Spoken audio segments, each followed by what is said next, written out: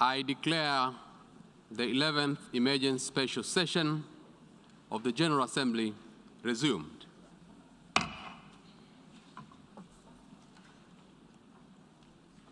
Before proceeding further, I would like to remind members that due to temporary closure of the east side emergency doors, in the event of a fire or an emergency which requires an evacuation, please use the west side emergency doors and the stairway next to the elevator banks. Those in the third and the fourth balconies, please use the stairway next to the elevator banks. Members will recall that in paragraph 14 of its resolution ES-11/2 of 24th March 2022, the Assembly decided, and I quote, to adjourn the 11th Emergency Special Session of the General Assembly temporarily and to authorize the President of the General Assembly to resume its meetings upon request from the member states, end of quote. In this regard, I should like to draw the attention of the delegation to the document A/ES-11/6, which contains a joint letter dated 5th April 2022 from the permanent representatives of Antigua and Barbuda, Canada, Colombia, Costa Rica, Georgia, Japan, Liberia, the Republic of Moldova, Ukraine, the United Kingdom, and the United States, and the head of delegation of the European Union to the United Nations, addressed to the President of the General Assembly, requesting the resumption of the 11th Emergency Special Session of the General Assembly. I intend to conduct the proceedings of this meeting in accordance with the rules of the procedure of the General Assembly and the past practices of its emergency special sessions. The Assembly will now resume its consideration of Agenda Item 5, entitled Letter dated 28 February 2014 from the Permanent Representative of Ukraine to the United Nations, addressed to the President of the Security Council, document S/2014/136, to take action on the draft resolution issued as a document A/ES-11/L4. I now give the floor to the distinguished representative of Ukraine to introduce draft resolution A/ES-11/L4.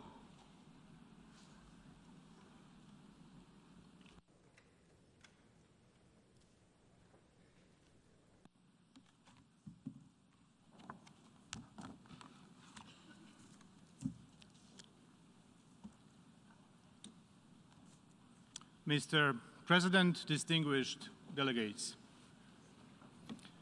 Good morning, everyone. One early morning of April 1993,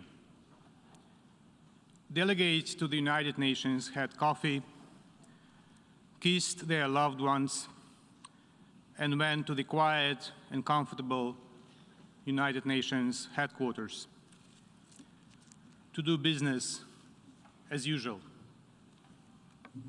Perhaps as many of us have done this very morning. The same morning in early April 1993, Boutros Boutros-Ghali sent a special rapporteur to report on extrajudicial summary arbitrary executions in Rwanda. He reported a more robust United Nations response was needed. Critically, it found that the abuses could be precursors to genocide in 1993. Unfortunately,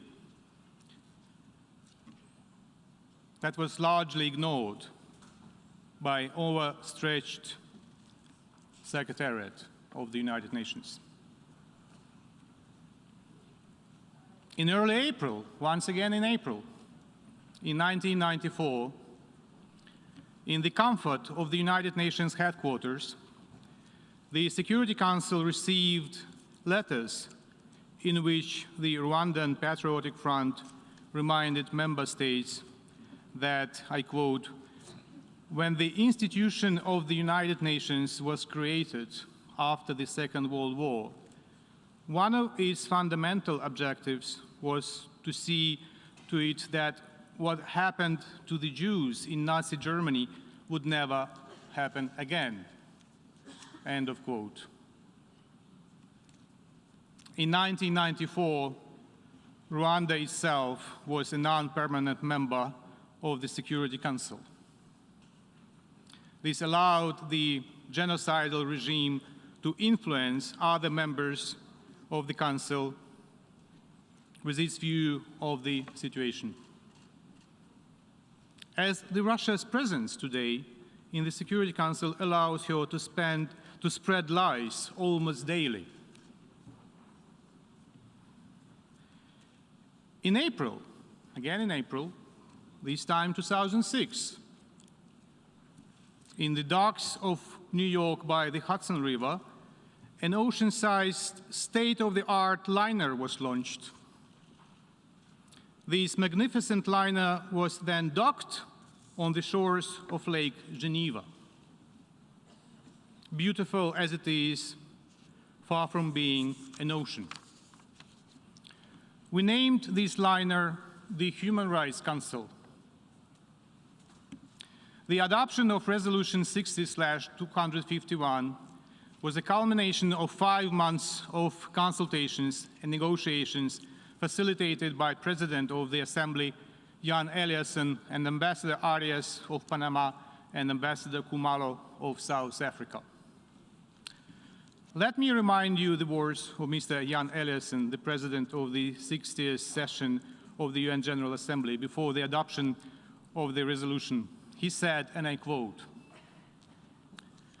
we have now reached a decisive moment, both for the promotion and protection of human rights and for effective multilateralism and the standing of the United Nations as a whole. As our leaders acknowledged in September 2005, the 3 pillars of the United Nations, development, peace and security, and human rights, are interlinked and mutually reinforcing. End of quote. Now the world has come to a crucial juncture. We witness that our liner is going through treacherous fogs towards deadly icebergs. It might seem that we should have named it the Titanic instead of the Human Rights Council. If not, we need to take an action today to save the Council from sinking. The composition of the Human Rights Council is as diverse as the world map, as this Assembly is. But this Council, unlike the Assembly, has been established for a specific purpose to promote and protect human rights around the world. And we are in a unique situation now when on the territory of another sovereign state, a member of the Human Rights Council commits horrific human rights violations and abuses that could be equated to war crimes and crimes against humanity. Bucha and dozens of other Ukrainian cities and villages where thousands of peaceful residents have been killed, tortured, raped, abducted, and robbed by the Russian army serve as an example of how dramatically far the Russian Federation has gone from its initial declarations in the human rights domain. That is why this case is unique, and today's response is obvious and self-explanatory. Let me offer you another quote. Our topmost priority is to ensure all human rights and freedoms in their entirety, including political and civil rights, and decent socio-economic and environmental living standards. I believe that these questions are not an internal matter of states, but rather their obligations under the UN Charter, the international covenants and conventions. We want to see this approach become a universal norm. End of quote. It is hard to believe that the above quotation belongs to the President of the Russian Federation. Another president, however, and other times. It was said by President Yeltsin in 1992 in his statement at the UN Security Council. We can only regret that the democratic aspirations of the peoples of Russia in the early 90s have by Putin's regime been incrementally turned to their opposite.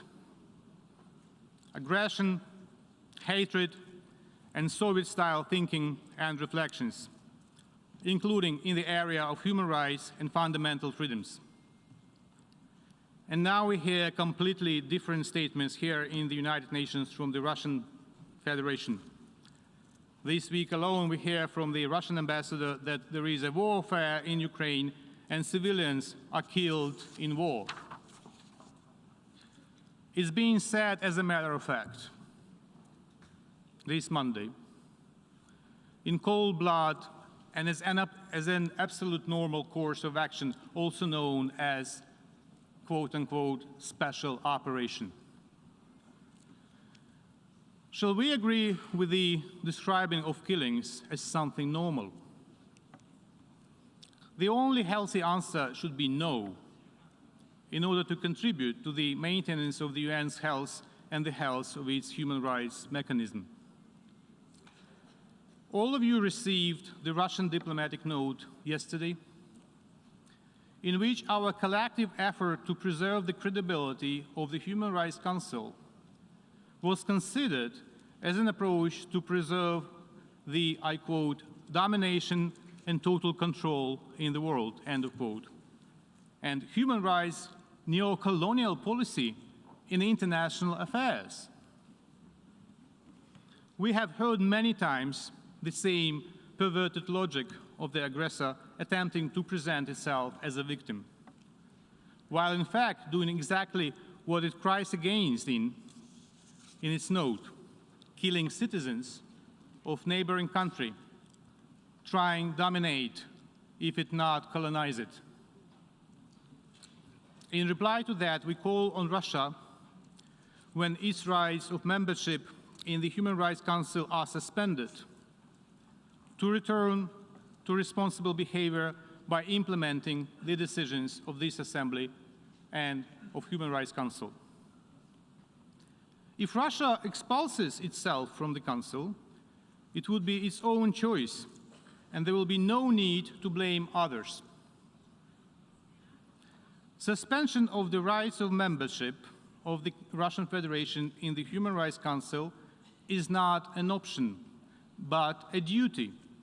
And let me quote how this duty is formulated in the operative paragraph 8 of Resolution 60/251, and I quote, "The General Assembly may suspend the rights of membership in the Council of a member of the Council that commits gross and systematic violations of human rights," end of quote.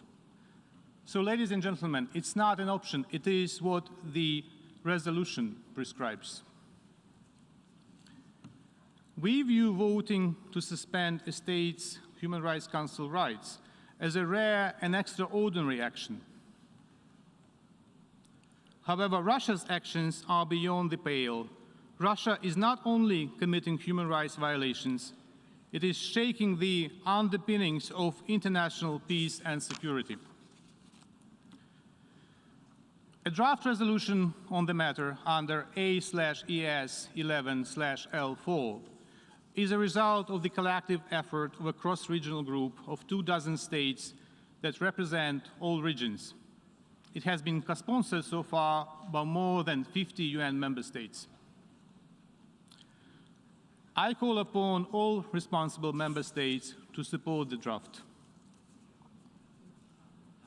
Let me now once again refer to the commemoration of one of the darkest pages in recent history, the 1994 genocide against the Tutsi in Rwanda. On this day of grievances and bearing its own tragedy of thousands of Ukrainians killed by the Russian invaders, Ukraine stands together with Rwanda and calls to reaffirm our pledge to never forget and to never allow the recurrence of genocide, which was a result of the international community's indifference. To those of you who, for this or another reason, opts today to keep being a bystander, to abstain, let me quote Elie Wiesel addressing President Clinton in 1999, talking about the perils of indifference. Indifference elicits no response. Indifference is not a response. Indifference is not a beginning, it is an end. And therefore, indifference is always the friend of the enemy, for it benefits the aggressor, never his victim, whose pain is magnified when he or she feels forgotten. The political prisoner in his cell, the hungry children, the homeless refugees, not to respond to their plight, not to relieve their solitude by offering them a spark of hope, is to exile them from human memory. And in denying their humanity, we betray our own. End of quote. The genocide in Rwanda was largely due to the indifference of the world's community. When the UN did not respond to warnings in the UN Security Council and in General Assembly a year before the tragedy that we commemorate exactly on this day, on the 7th of April. Today, in the case of Ukraine, it's not even a year, because the tragedy is unfolding right now before our eyes. In a couple of minutes, you will have a chance to prove that you are not an indifferent bystander. All you need to do is to press the yes button and to save the Human Rights Council and many lives around the world and in Ukraine. On the other hand, pressing no means pulling a trigger and means a red dot on the screen. Red as the blood of the innocent lives lost.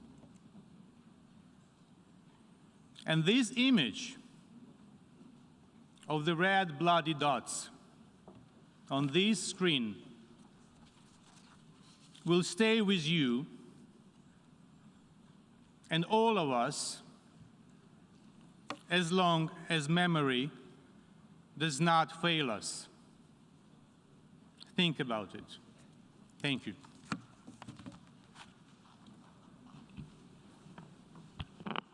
I thank the distinguished representative of Ukraine. We shall now proceed to consider draft resolution A/ES-11/L4. Before giving the floor for explanations of vote before the vote, may I remind delegations that explanations of vote are limited to 10 minutes and should be made by delegations from their seats. I now give the floor to the representative of the Russian Federation.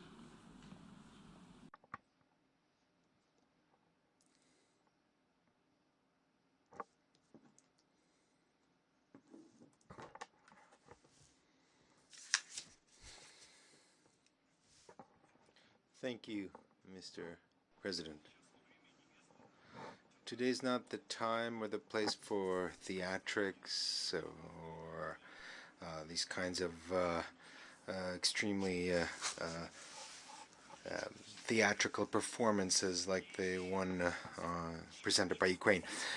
In fact, the draft resolution we're considering today has no relationship to the actual human rights situation on the ground.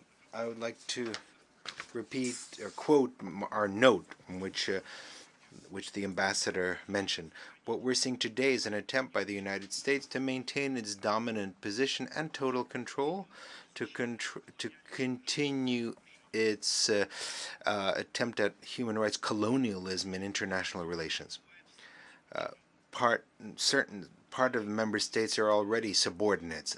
Those who wish to conduct an independent foreign policy is an attempt to kind of move them to the periphery of international relations. Today we're seeing how through the efforts of a small group of states, the human rights architecture has there's a crack that's appeared in that architecture, and it was decades in the making. And the Secretary General stated that the possible exclusion of Russian Federation from the Human Rights Council could be a dangerous precedent.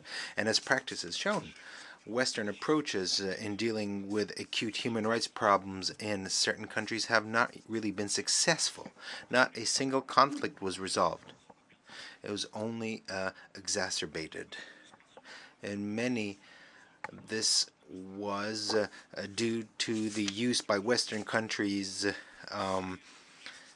the use of sanctions and military intervention, whereas Russia, throughout its membership in the Commission and the Human Rights Council, has consistently defended the principle of cooperation based on mutual respect and an equal status as one of the main foundations of the human rights architecture. Our priority has always been to strengthen constructive dialogue involving all interested sides in the process of collective development and adoption of decisions in defending and promoting human rights. We reject the untruthful allegations against us based on staged events and widely circulated fakes. Mr. President, based on everything I've said, we would like to put this draft resolution to a vote and call on all those present here to really consider your decision and to vote against the attempt by Western countries and their allies to destroy the existing human rights architecture. Thank you very much. I thank the distinguished representative of the Russian Federation. I will now give the floor to the distinguished representative of Kazakhstan. The Chair, Kazakhstan closely follows the situation in Ukraine with particular concern and expresses its condolences to the families of those who were killed and wish speedy recovery for those injured during hostilities. We call on all the parties to speedily terminate hostilities and to search for compromises aimed at establishing peace. We also adhere to the position that there is no alternative to a peaceful solution on the problem based on the principles of international law and the UN Charter. Humanitarian situation in Ukraine is dire and needs constant attention, and Kazakhstan has already provided Ukraine with humanitarian aid, sending 3 planes with over 50 tons of medicine and essential goods. Regarding the draft resolution on the suspension of the rights of membership of the Russian Federation in the Human Rights Council, we would like to note the following. First of all, in our opinion, the adoption of this resolution will not contribute to the settlement of the conflict. At the moment, it is extremely important not to undermine the negotiation process. In the current situation, it is necessary for all of us to use diplomatic efforts at all international forums, including Human Rights Council, in order to find ways to resolve the problem as soon as possible. Secondly, according to the paragraph 8 of the resolution on the establishment of Human Rights Council, membership of the Council can be suspended in case of gross and systematic violation of human rights. To establish that case, we need to have results of a transparent, unbiased, and professional investigation. In this regard, we believe that the consideration of today's resolution in the General Assembly must be preceded by a comprehensive investigation of human rights violation in Ukraine, carried out under the framework of relevant international mechanisms. We believe that only after receiving concrete conclusions and reliable information, the General Assembly may consider this issue. In the light of the above mentioned, today we will have to vote against this draft resolution. Thank you. I thank the distinguished representative of Kazakhstan. I now give the floor to the distinguished representative of the Bolivarian Republic of Venezuela. Señor Presidente. Mr. President, as a founding member of the United Nations, the Bolivarian Republic of Venezuela is committed to the purposes and principles embodied in the Charter of our organization and to the norms of international law. We believe that the promotion and protection of human rights must be addressed in a just and constructive manner on the basis of dialogue and cooperation in accordance with the principles of impartiality, objectivity, transparency, non-selectivity, non-politicization, and non-confrontation. Human rights should not be used in order to attack sovereign states, since that undermines the universal system of human rights, which is to guarantee the universality and the enjoyment of these rights and fundamental freedoms for everyone without distinction or discrimination. A month ago in this assembly, we insisted on the need that the United Nations have a central role in facilitating the peaceful solutions of conflicts through dialogue and political negotiation. We regret today that the road has taken of escalating tensions and that divisions have increased among members of the United Nations. That is the wrong path. We alert the world as to the real and clear danger that in this situation in the region of Eastern Europe may continue in time, creating consequences which it will take generations to overcome. We warn about the expansive effects around the world, especially affecting the living conditions of the more vulnerable groups in every country, where hundreds of millions of individuals are today suffering the consequences of the increase in the cost of food, electricity, transportation. We also warn about the start of a new arms race, which threatens to turn toward war resources which should be used for development and for fighting poverty. This is a terrible situation, but the world is facing an even greater danger. We view with alarm that there are shocks between blocs and this will lead to a worldwide conflict between nuclear powers which will destroy mankind as we know it today. It is our obligation to reduce tensions and to strengthen all options which allow for regulating conflicts and peaceful settlements. Mr. President, unfortunately, the draft resolution presented today is an example of the politicization of human rights.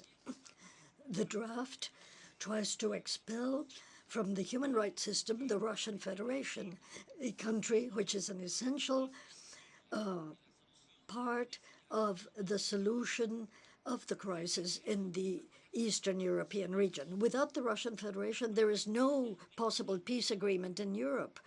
A peace without Russia is a mirage. They may think that the time has come for a definitive victory and a unipolar power. If this draft is approved, it will affect current negotiations being carried out between the parties and will push us deliberately toward a more acute phase of the conflict, which will be longer and hard to resolve. Another immediate result of adopting the resolution will be a historical break in the best instrument created to defend human rights, which is the Human Rights Council. Its credibility, its function, and its mandate will be affected. We will be creating a systemic crisis of confidence, which will affect the United Nations as the universal organization which can resolve regional and global crises and work toward peace. In view of the above, the Republic of Venezuela categorically rejects attempts to suspend the Russian Federation as an elected member of the Human Rights Council and calls on the responsible members of the international community to vote against the draft resolution. Thank you. Thank the distinguished representative of Bolivarian Republic of Venezuela. I now give the floor to the distinguished representative of Democratic People's Republic of Korea. President, my delegation expressed deep concern to current development of political situation in Ukraine. Also, we are very concerned that some countries continue to push confrontation and distrust among member states instead of giving priority to ease tension and seek political and peaceful solutions to resolve current crisis in Ukraine. We reject any politically motivated initiative, lack of objectivity, impartiality, and transparency. The alleged accusation of the cruel atrocity against the civil population in Ukraine, including a relevant report and images of the civilian deaths in Bucha, have not surely verified and proved based on the real fact and objective evidence. Prior to considering the draft resolution before us, the independent investigation must be made, and for this, sufficient time and efforts are required. However, some member states are acting and moving very recklessly for their political goals by submitting such draft resolution. Such political and unilateral action do not help to solve the problem at all. We take note of the efforts of the Russian Federation to address the humanitarian situation in and around Ukraine. The draft resolution is nothing but another example of the product of the political confrontation aiming at tarnishing one member state at the UN stage. For this reason, my delegation against draft resolutions contain document A/ES-11/L4. I thank you, President. I thank the distinguished representative of Democratic People's Republic of Korea. I now give the floor to the distinguished representative of the Islamic Republic of Iran.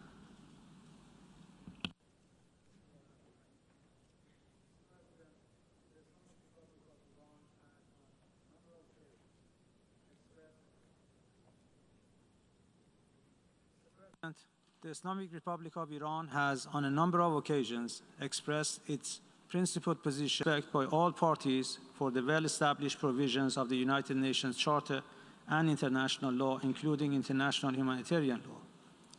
We emphasize that sovereignty and territorial integrity of all states must be fully respected, and the safety and security of all civilians must be guaranteed. Iran remains deeply concerned about the continuous deterioration of the humanitarian situation in and around Ukraine, which has sparked significant alarm in the international community. We call for an immediate cessation of hostilities and emphasize the importance of complying with international humanitarian law by all parties. We repeat our call for unimpeded humanitarian access to all areas of the armed conflict in Ukraine. The humanitarian needs of the affected population must be addressed immediately, and the delivery of food must support continued direct negotiations between Russia and Ukraine until peace is restored. The Islamic Republic of Iran once again calls for de-escalation of tensions in the current conflict and an urgent and lasting solution to this crisis through dialogue. Mr. President, we consider the text of the resolution before the General Assembly contained in document L3 as politically driven, which undermines the impartiality of our organization. My government attaches great importance to the promotion and protection of human rights. However, we are against the exploitation of UN human rights machinery for political ends, which contravenes the principles of universality, non-selectivity, and objectivity in addressing human rights issues. We have always maintained that human rights should not be undermined by short-sighted political considerations. We stress that the work of the Human Rights Council should be performed in a non-confrontational and non-politicized manner, and membership in this body should not be politicized. We would like to reiterate our position on the centrality of the principles of objectivity, dialogue, and cooperation towards the protection and promotion of all human rights based on a non-selective and non-politicized approach. We are of the view that the exploitation of paragraph 8 of UN General Assembly Resolution 60/251 deepens confrontation and attenuates constructive dialogue between countries. For the above-mentioned reasons, my delegation will vote against the draft resolution contained in document L4. I thank you, Mr. President. I thank the distinguished representative of the Islamic Republic of Iran. I now give the floor to the distinguished representative of the Syrian Arab Republic.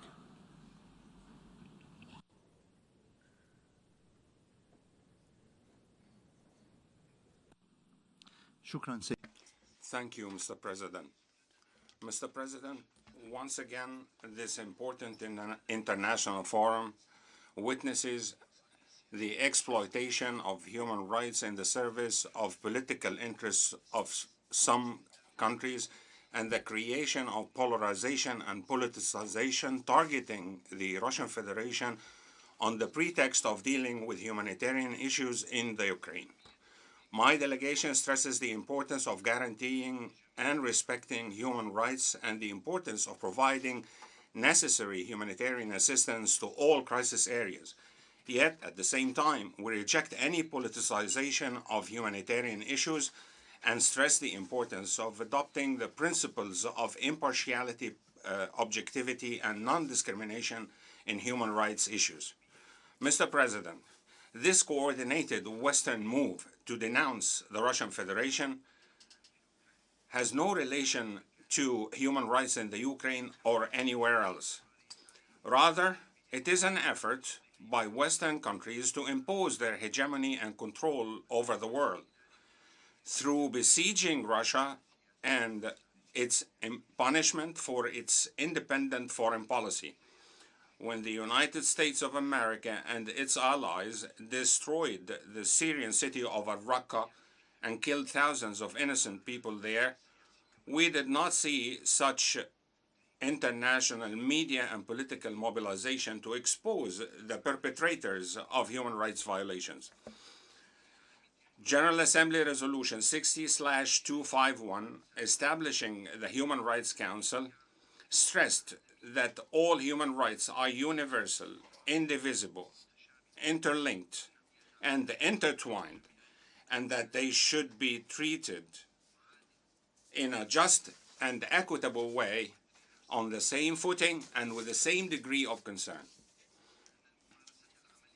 However, the practice that we have seen since the establishment of that council until now proves the adoption by certain Western countries of politicization, selectivity, and double standards in dealing with human rights issues. They focus on the situations of certain countries in a manner that serves their political purposes. At the same time, they disregard other situations where grave human rights violations, systemic and grave human rights violations, were perpetrated in the full sound and sight of the world. And what the Palestinian people has been exposed to for decades at the hands of the Israeli occupation forces is the best proof of that. Another example is on the hypocrisy of those states is their disregard for the safety, security, and protection of civilians, including women and children in Donbass, who have been shelled and who have been attacked for years. We haven't seen such a move. At the same time, the invocation of the pretext of paragraph 8 of the resolution establishing the Human Rights Council is a major source of concern, since we have not seen any evidence to base such talk about grave violations of human rights. What is the credibility of the sources of such information? What are the impartial international mechanisms that were providing such information or proving their perpetration? The launching of accusations and the spreading of such accusations through misleading media and the photographs and videos whose sources and places are unknown, and their spreading through open sources cannot be basis for General Assembly action on the issue. As in the Syrian situation, Security Council and General Assembly meetings are always preceded with theatrical provocations, such as we witness in the Ukraine, to justify decisions planned by Western and hostile countries in the name of international legitimacy. Mr. President, the draft resolution before us today involves a serious case of hostility and a clear example of the adoption of exclusion of which we have warned. The suspension of the membership of the Russian Federation in the Human Rights Council will have an adverse effect on its balance, its universality, and the effectiveness of its role. Such suspension will enhance the hegemony of a group of Western countries on this important body. They will impose their vision and their criteria for human rights, and which will be used as a tool of political pressure and the targeting of certain countries. To be more frank and transparent, we believe that such practices represent a threat to the existence of the United Nations organization itself.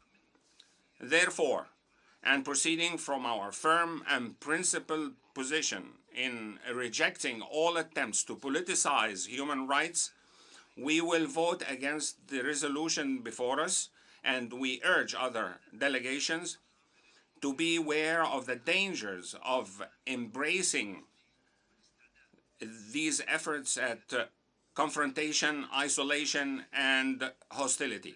We call for the rejection of double standards and to keep human rights issues away from all political considerations. If we want the United Nations to continue and survive, we should all say no to such resolutions. Thank you, Mr. President. I thank the distinguished representative of the Syrian Arab Republic. I now give the floor to the distinguished representative of Cuba. Señor Presidente, Cuba Mr. President, Cuba has always advocated for and worked toward a human rights council capable of facing the challenges of the international community in this area. No country is exempt. We defend the objectivity, impartiality, and transparency in the work of that body. Its procedures and mechanisms should work on the basis of true information.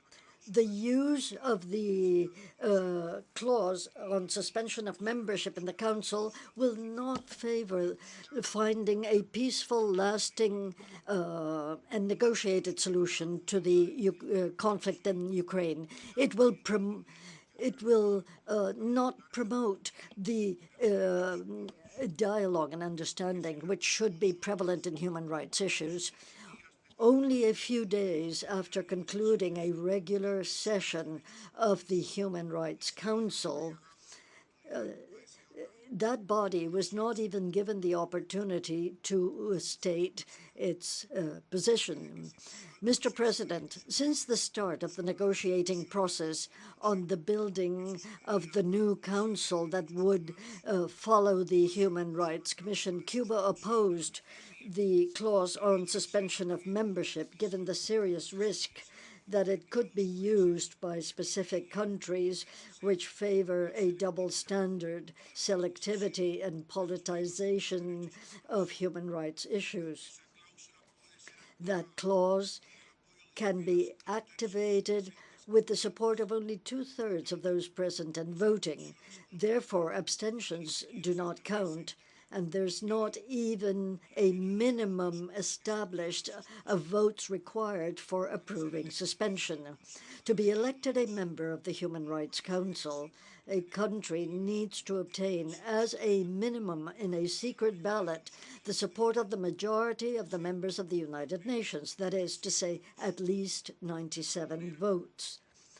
Thus, the rights of a member of the Council can be suspended by the will of a number of states lower than the number of states which granted those rights. The Russian Federation, which was elected as a member of the Human Rights Council in 2020 with 158 votes, could be suspended today with by a lower number of votes. That suspension mechanism, which has no parallel in any other body of the United Nations, could be easily used selectively. It is Russia today, but tomorrow it could be any of our countries, especially nations of the South, which do not support the interests of domination and which firmly defend their independence. It was not by chance that the more enthusiastic promoters of the suspension clause, when negotiating the new Human Rights Council, were developed nations with a clear trend to accuse countries of the South which do not follow their alleged models of democracy while remaining silent in the case of flagrant violations in Western countries. Not everyone in this hall share our concerns about the suspension mechanism. They know that the victims of its selective use will always be others. Could this assembly someday adopt a resolution suspending the membership of the United States in the Human Rights Council? Just to give one example. We all know that that has not happened, nor will it, despite its flagrant and massive violations of human rights as a result of invasions and wars against sovereign states, given its geopolitical interests. They have caused the deaths of hundreds of millions of civilians, which they term collateral damage. There have been millions of displaced people and destruction throughout our planet. But this assembly has never suspended any of its rights. We also all know that the suspension clause will not be used against the state that has imposed against Cuba for over 60 years a criminal economic trade and financial blockade, which no doubt constitutes the longest and most flagrant and systematic violation of human rights of an entire people and an example of genocide against a country. It is ironic to note that the country which opposed the establishment of the Human Rights Council and requested in this same hall a vote against the resolution establishing it is the same one that has conveniently now activated, as it did in 2011, one of the most controversial clauses. Mr. President, Cuba will will be consistent with the reservations when in 2006, Resolution 60/251 establishing the Human Rights Council and 65/265 of 2011 on the suspension of the rights of Libya. Adoption of the draft resolution we are considering today will establish a dangerous additional precedent, especially for the South. It is not sufficient to impose resolutions against selective countries and mandates. Now they are trying to take a new step toward legitimizing selectivity and establishing a human rights council, which is increasingly at the service of a certain number of countries, as was the case with the discredited Human Rights Commission. For all of these reasons, the Cuban delegation will vote against the draft resolution contained in document L4. Thank you. I thank the distinguished representative of Cuba. I now give the floor to the distinguished representative of Senegal. Monsieur le Président. Mr. President, just as the rest of the international community, Senegal is profoundly concerned by the terrible cost of the war in Ukraine, which has already led to thousands of deaths, refugees, and IDPs. To this somber picture can be added allegations of severe violations of human rights. Everywhere and throughout history, war is a failure of humanity. Senegal is in favor of peace in Ukraine. Senegal is also in favor of peace in Ukraine because our countries are collateral victims of this global crisis due to its severe consequences, particularly serious for our economies and our people. Senegal is for de-escalation and for the immediate stoppage of hostilities in Ukraine and for negotiations in order to reach a peaceful and lasting solution to the crisis. This is the essence of the communiqué published on the 24th of February 2022 by His Excellency President Macky Sall in his capacity as the current President of the African Union. This is a communiqué that calls, and I quote, for the imperative respect of international law, the territorial integrity and sovereignty of Ukraine, end of quote. This is also the purpose of Senegal's support for Resolution 11/2 of the special session of the General Assembly on the 24th of March of this year on the humanitarian consequences of the war in Ukraine. It's also the what's behind our vote in favor of Resolution 49/1 of the Human Rights Council of the 4th of March of this year on the human rights situation in Ukraine, and in particular establishing a international commission of inquiry on the allegation of violations of human rights in the country as a result of the war. We believe that it is the publication of the conclusions of this commission that will give us a full overview of the nature and the scope of the violations. This overview will therefore give us the exact type of sanctions that should be envisaged. Now, this resolution decides on sanction measures before the inquiry commission that we've established delivers its outcome. So it anticipates on the work of this commission.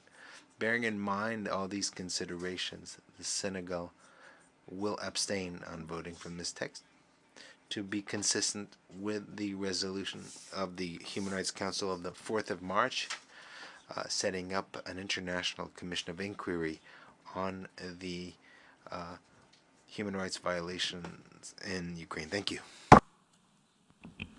I thank the distinguished representative of Senegal. I now give the floor to the distinguished representative of South Africa. Mr. President, South Africa is deeply concerned about the continuing conflict in Ukraine, the loss of lives, and the deteriorating humanitarian situation. we reiterate our view that as a matter of urgency, there must be a cessation of hostilities, which would be the first step in a comprehensive response to the humanitarian crisis. South Africa stresses once again that dialogue, mediation, and diplomacy is the only path to end the current conflict. Wars end when dialogues begin, and wars endure when there is no dialogue. In this regard, we welcome the efforts by Ukraine and Russia to hold talks without preconditions. South Africa expresses the hope that both parties will use diplomacy to de-escalate the situation in Ukraine, leading to a durable political and security situation. We maintain that all parties have much to gain from a negotiated outcome and much to lose from unnecessary and violent conflict. The General Assembly must therefore encourage mediation and dialogue and adopt constructive outcomes leading to that. Mr. President, South Africa is deeply concerned at the reports of civilian casualties in Ukraine. As the international community, we cannot be indifferent to the killing and suffering of civilians. The humanitarian crisis that has resulted from the ongoing military operations must be addressed, and there must be an urgent opening of humanitarian corridors and the provision of aid to the civilian population, which, as usual, bears the brunt of the suffering when violent confrontation breaks out. All parties to the conflict must comply with international human rights and humanitarian law, including the Geneva Conventions, and must respect the sovereignty and territorial integrity of all member states in keeping with the UN Charter. Mr. President, on 4th March 2022, the Human Rights Council adopted a resolution authorizing the establishment of an international commission of inquiry to investigate all alleged violations and abuses of human rights and violations of international law and related crimes in Ukraine. The commission has not yet commenced its work, and we await its findings on the allegations of gross violations and abuses of human rights and violations of international humanitarian law. South Africa is of the firm belief that the tabling of the resolution that we will consider today is premature and prejudges the outcomes of the Commission of Inquiry. We must allow the Commission to urgently undertake its mandate and report to the Human Rights Council and the General Assembly on its outcomes. It is also imperative that all parties to the conflict must allow the Commission to perform its duties without any hindrance and interference. Mr. President, we recall Resolution 60251, which is the basis of the resolution before us and which established the Human Rights Council, also recognizes inter alia, I quote, the importance of ensuring universality, objectivity, and non-selectivity in the consideration of human rights issues and the elimination of double standards and politicization, close quote. Unfortunately, the resolution that we are considering today will further divide and polarize the matter and the General Assembly itself without following due process. South Africa maintains that in considering the suspension of a member of the Human Rights Council, we must be consistent and not selective, as this would undermine the credibility of the General Assembly and the Human Rights Council. For these reasons, South Africa will abstain on the resolution. I thank you, Mr. President. I thank the distinguished representative of South Africa. I now give the floor to the distinguished representative of Egypt.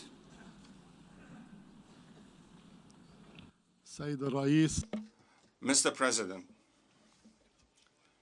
Egypt does not view the draft resolution before us as a resolution related to the situation in the Ukraine, the principle of non-use of force in relations amongst nations. We rather are concerned of the functions and mandates of United Nations bodies. Our principled position rejects the current tendency since it undermines the purposes for which the organization, its bodies and agencies were established, as well as its credibility and multilateral work. Egypt considers that what we are doing today in considering the draft resolution represents a serious crossroads for the United Nations in its entire existence. The organization's respect for its charter, its rules of procedure, and its methods of work led the international community to rely on it in all international issues based on rules and regulations that are applied in the conduct of international relations with a view to preserving international peace and security that are in danger at this moment. The current draft resolution undermines the methods of work of the organization that have enjoyed the trust of the international community and threatens to undermine the credibility of the United Nations and its organizations, leading to further negative repercussions on the organization's ability to fulfill its role in accordance with its charter and as it has done for 75 years. Egypt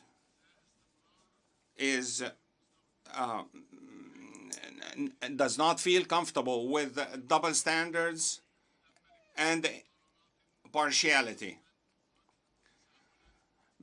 Many times before, such resolutions were not adopted in cases of human rights violations that are not so far back in time. We are concerned with the violations of human rights and the obligations of all states in this regard, and we believe that such serious violations should be dealt with decisively in accordance with the United Nations rules and procedures in an adequate manner. Based on all of this, Egypt does not believe that the draft resolution is being proposed at the right moment, and we warn of it. Thank you. I thank the distinguished representative of Egypt. I now give the floor to the distinguished representative of Brazil.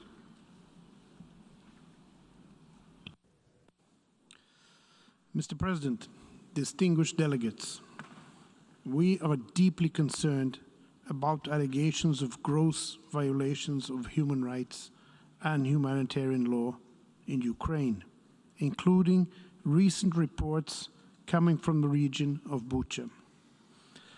The images of extreme violence against civilians and the high number of deaths, many of them with signs of torture and ill treatment, are profoundly disturbing. Our deep sympathy goes to all victims and their families. The Human Rights Council created last month a commission of inquiry with a mandate to establish the facts and circumstances that may amount to violations and abuses of human rights and of humanitarian law in Ukraine.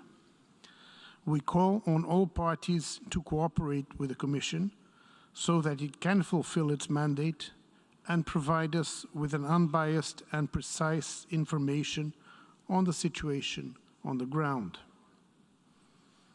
Brazil has decided to abstain in today's vote, as it believes the Commission of Inquiry should be allowed to complete its independent investigation so that responsibilities can be ascertained. Only then would this General Assembly be in a position to better assess and take a responsible and informed decision on the status of Russia in the Council. We must at all costs avoid repeating the mistakes of the old Commission on Human Rights, particularly concerning politicization, double standards, and selectivity, which had been the main flaw of the previous human rights system and the object of well-founded criticism of its work. The Human Rights Council should be guided by the imperative of inclusive dialogue as the main instrument for cooperation, sustainable solutions, and peace. Mr. President, Brazil is fully committed to finding ways to an immediate cessation of hostilities and to promoting a real dialogue conducive to a peaceful and sustainable solution. Ensuring respect for human rights and humanitarian law, protecting civilians, calling for peace. These are the objectives that should unite rather than divide us. There is no alternative to a negotiated solution and to a constructive and balanced approach aimed at preserving spaces of dialogue. I thank you, Mr. President. I thank the distinguished representative of Brazil. I now wish to invite the distinguished representative of China.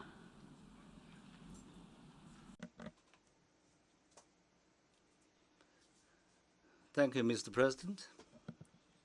Mr. President, on the Ukraine issue, China always believes that the sovereignty and territorial integrity of all countries, including Ukraine, should be respected, that the purposes and principles of the UN Charter should be upheld, that the legitimate security concerns of all countries should be taken seriously, and that all efforts conducive to a peaceful settlement of the crisis should be supported.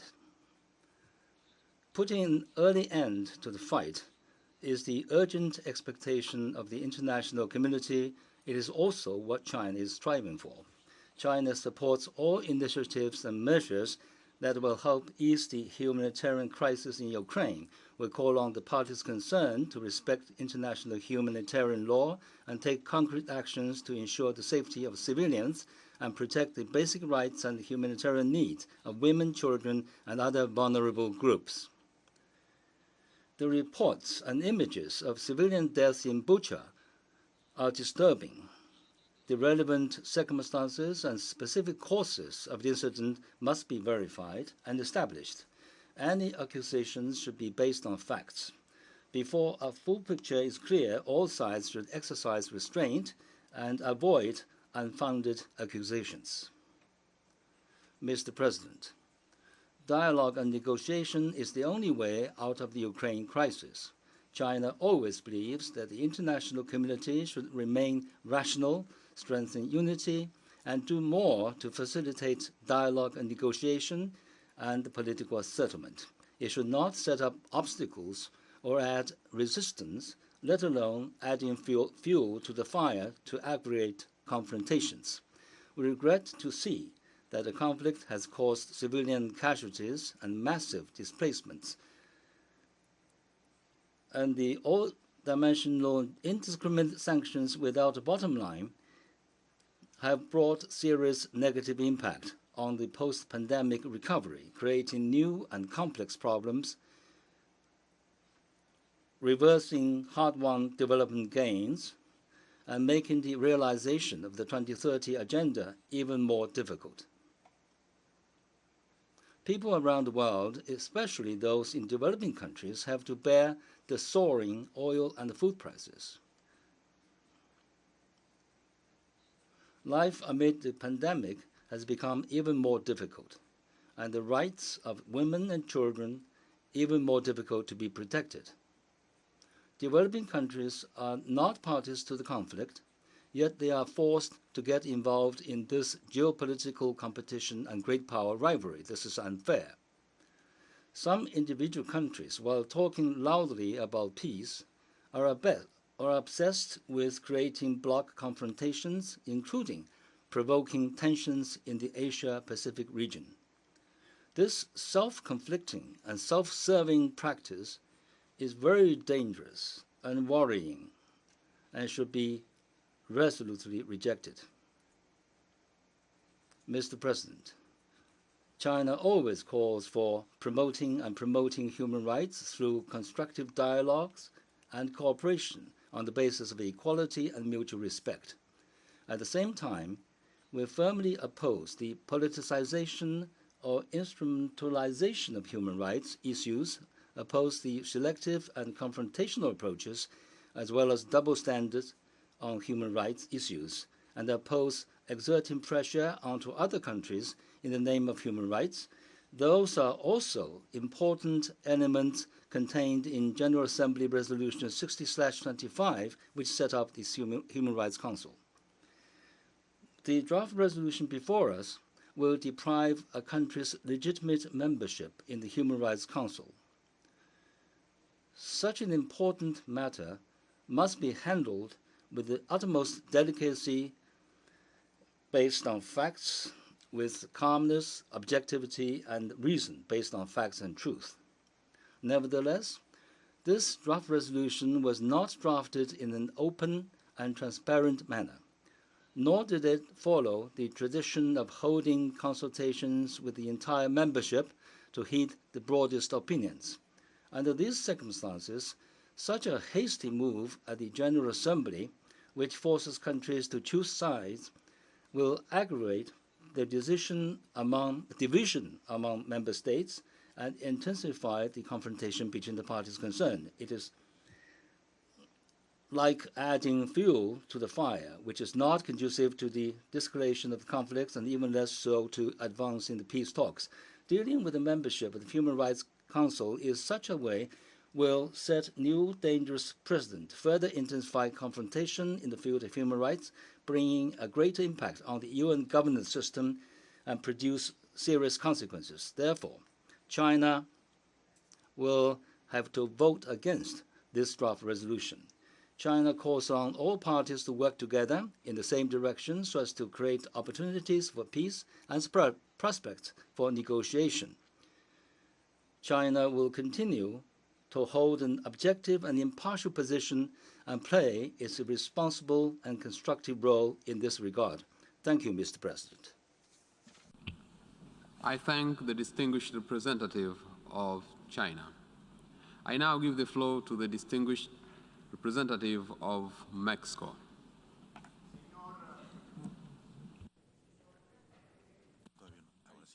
Señor Presidente, Mr. President, Mexico has been clear and categorical in condemning the invasion by Russia against Ukraine, since it violates international law, the Charter of the United Nations, and the constitutional principles of our foreign policy. We have also condemned attacks against the civilian population and its infrastructure. We have promoted everything which facilitates access to humanitarian assistance, and we have joined those voices which call for the immediate cessation of hostilities.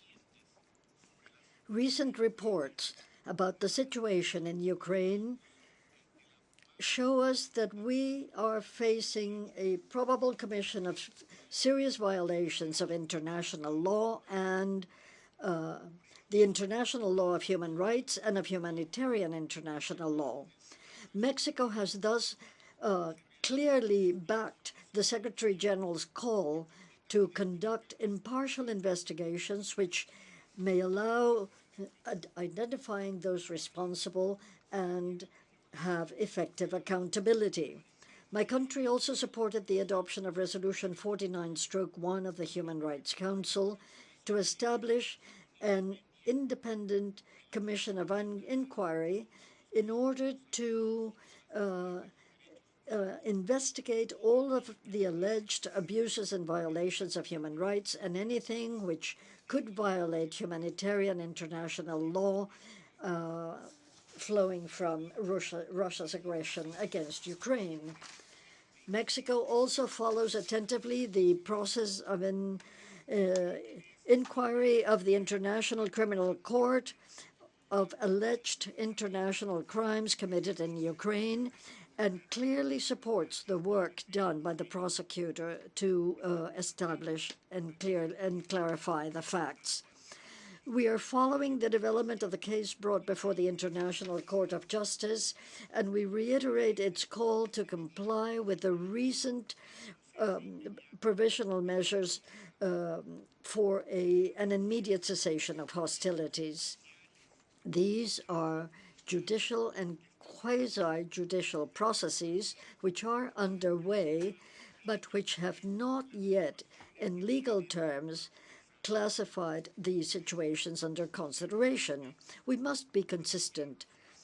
We must support them until they reach their ultimate conclusions and examine them rigorously. Whether Russia is a member of the Human Rights Council or not is not a factor which exempts it from obligations under international law or which imposes obligations. The central point here should be to bring to justice those responsible, not to suspend a state from membership in a subsidiary body of this assembly, in which all member states, without exception, must be accountable under the same rules and the same criteria. Mexico is in favor of accountability being regularly practiced throughout the United Nations system. We do need more transparency, but to that end, we also need more cooperation, more dialogue, and better practices. Multilateral structures are strengthened through inclusion, not through exclusion. To exclude, to suspend is not the solution. Multilateralism will be strengthened to the extent that it is able to maintain its inclusiveness. Prior resolutions of this assembly, which we have supported with conviction, condemn the Russian invasion, call for a clear cessation of hostilities, urge the unrestricted access to humanitarian assistance, and advocate for a diplomatic solution to the conflict. Mexico has stated its position explicitly with regard to Russia's military aggression against Ukraine through its statements in the Security Council and in this General Assembly, as well as in the votes taken in both bodies since the beginning of the conflict. In view of the above, Mexico will abstain from supporting the draft resolution which suspends Russia from membership in the Human Rights Council.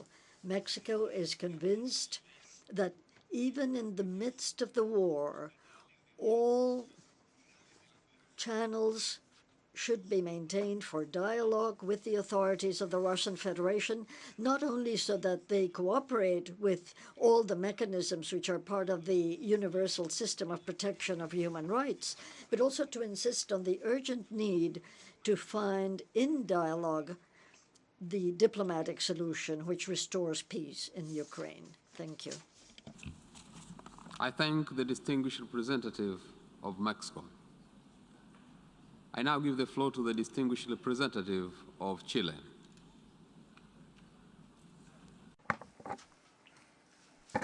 Thank you, Mr. President. Allow me to start my intervention by paying tribute to the brutal war that is taking place in Ukraine, caused by an aggression that violated international law, international humanitarian law, and the UN Charter. The tragic images of Bucha that came to our homes last week moved us tremendously. We condemn the invasion of Ukraine. The decision that we are discussing is a decision that my country would have never wanted to discuss. We are fully in favor of multilateralism. The multilateral system is a home for everyone. However, to be a member of the Human Rights Council involves certain requirements, including conduct consistent with the promotion and protection of human rights everywhere. As member states of this assembly adopted a relevant resolution which states that the members of the Human Rights Council must follow the strictest standards in the promotion and protection of human rights. That same resolution in paragraph 8 entrusts to this assembly the responsibility of suspending a member state from the council when that state does not comply with the strict norms of protecting and promoting human rights. Our responsibility to human rights, rather than a specific country or Russia or Ukraine, our responsibilities to human rights, and the suspension of the Russian Federation from the Human Rights Council in this case, we're talking about a state that is violating the rights of a third state, Ukraine, and this is a result of an unacceptable aggression and invasion that is contravenes international law. This is why our delegation will vote in favor of the resolution L.4, which suspends the membership of Russia from the Human Rights Council. Chile once again reiterates its appeal to all parties to continue negotiations and urges for an immediate and peaceful resolution of the conflict between Russia and Ukraine through a political dialogue, negotiations through peaceful means in conformity with international law. Thank you very much, Mr. President. I thank the distinguished representative of Chile. I now give the floor to the distinguished representative of Belarus. Mr. President, Belarus is categorically against the draft resolution under consideration. The introduction of this draft is motivated by exclusively political interests aimed at demonizing the Russian Federation and attempting to isolate it in international organizations. Such ideas lead to upsetting the equilibrium of the entire system of international cooperation, which is based on the UN Charter, and it could have a long-term negative impact, even leading to the destruction of the UN as a whole. In essence, today's proposal to exclude Russia is a direct contribution to destroying the Human Rights Council itself and in consolidating the destruction of the system of upholding human rights under the UN auspices, which has been expressed over the past few weeks in attitudes of racism, xenophobia, and other manifestations of discrimination based on language, culture, religion, or other characteristics that we're seeing in Western countries. It's important to focus not on short-term immediate tasks under the influence of emotions, but rather to think about the long-term prospects of resolving conflict situations and about the post-conflict world order. The resolution that is being proposed, just like other steps on restricting the participation of Russia in international organizations, will not only not make a contribution to resolving the situation in Ukraine, but rather will increase risks for any possibility of peaceful negotiations, which were initiated, I just want to recall, a month ago by the Republic of Belarus and personally its president, Alexander Lukashenko. So we call on you to think about, to reflect on this, and to vote against the proposed draft resolution. Thank you for your attention. I thank the distinguished representative of Belarus. We have heard the last speaker in explanation of vote before the vote.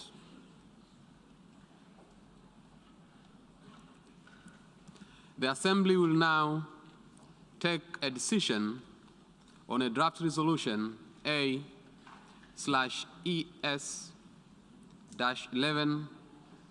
2017/L4, entitled Suspension of the Rights of the Membership of the Russian Federation in the Human Rights Council.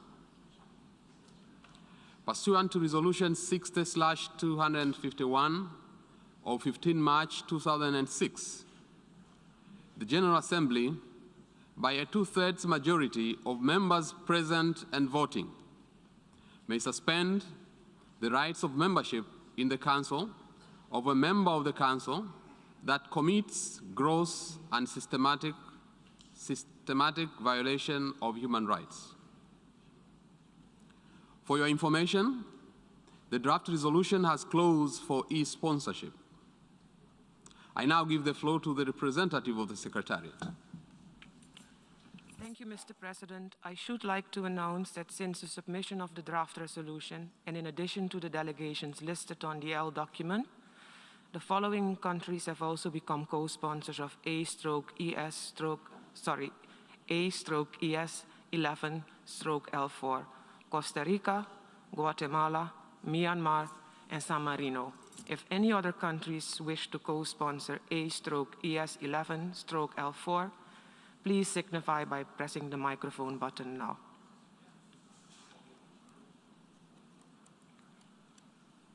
I see none. I thank you. Sorry, Tonga.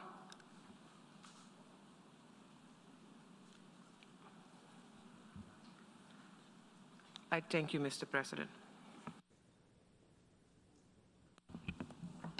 I thank the representative of the Secretariat. A recorded vote has been requested. We shall now begin the voting process. Those in favor of draft resolution A/ES-11/L4, please signify. Those against, abstentions. The General Assembly is now voting on draft resolution A/ES-11/L4, entitled Suspension of the Rights of Membership of the Russian Federation in the Human Rights Council.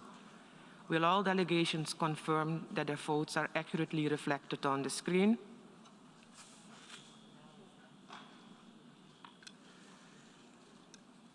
The voting has been completed. Please lock the machine.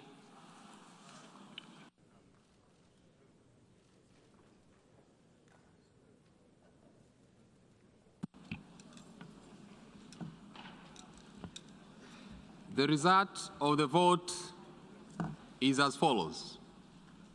In favor, 93, against, 24, abstentions, 58. Draft resolution A/ES-11/L4 is adopted.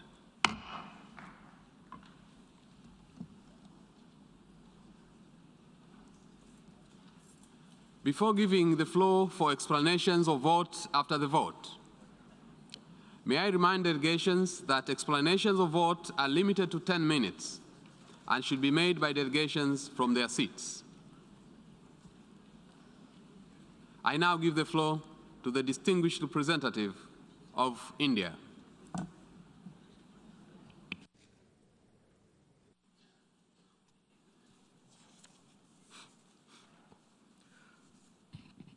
Thank you, Mr. President. India has abstained on the resolution adopted in the General Assembly today. We do so for reasons of both substance and process. Since the inception of the Ukrainian conflict, India has stood for peace, dialogue, and diplomacy.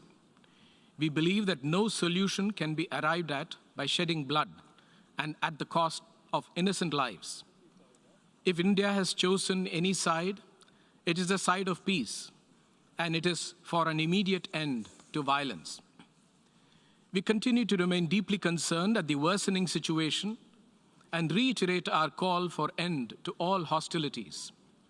When innocent human lives are at stake, diplomacy must prevail as the only viable option.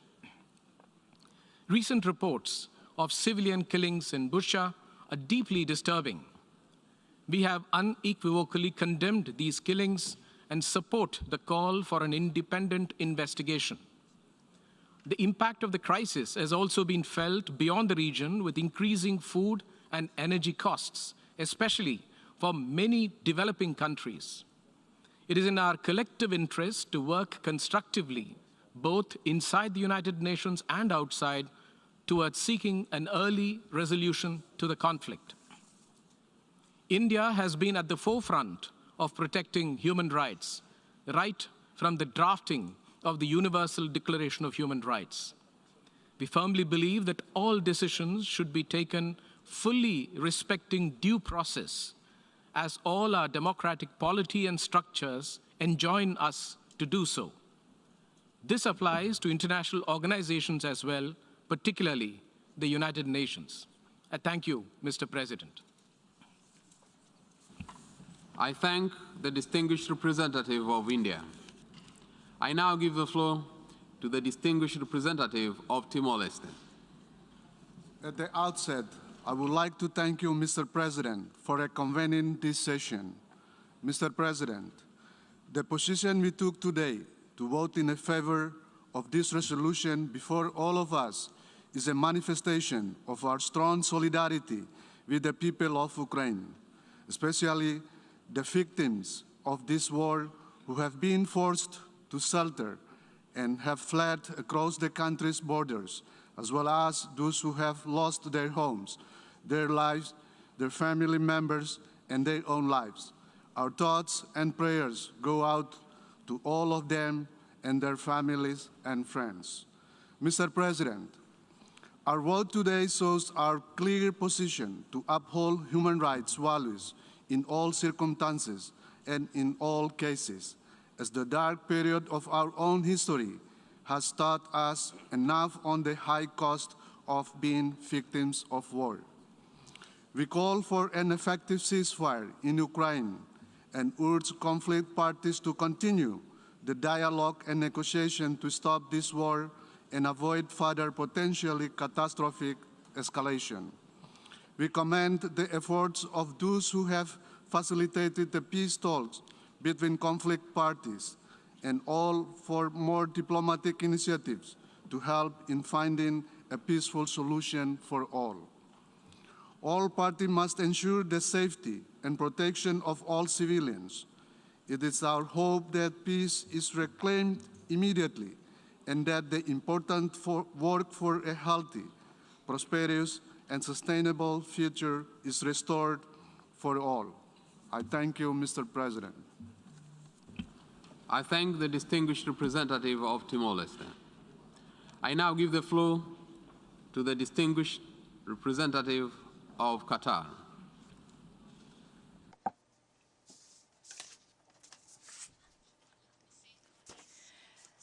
Thank you, Mr. President. We abstained from voting on the resolution that has been just adopted in this emergency special session, and I would like to make the following statement to explain our position. Qatar has expressed its position vis-à-vis the situation in Ukraine, which is anchored in its firm observance of the principles embedded in the international law and the United Nations Charter, including the inadmissibility of the use of force or the threat of use of force in international relations, and the importance of settling international conflicts peacefully, together with abstaining from interference in the internal affairs of countries, and to uphold the sovereignty and the territorial integrity of countries.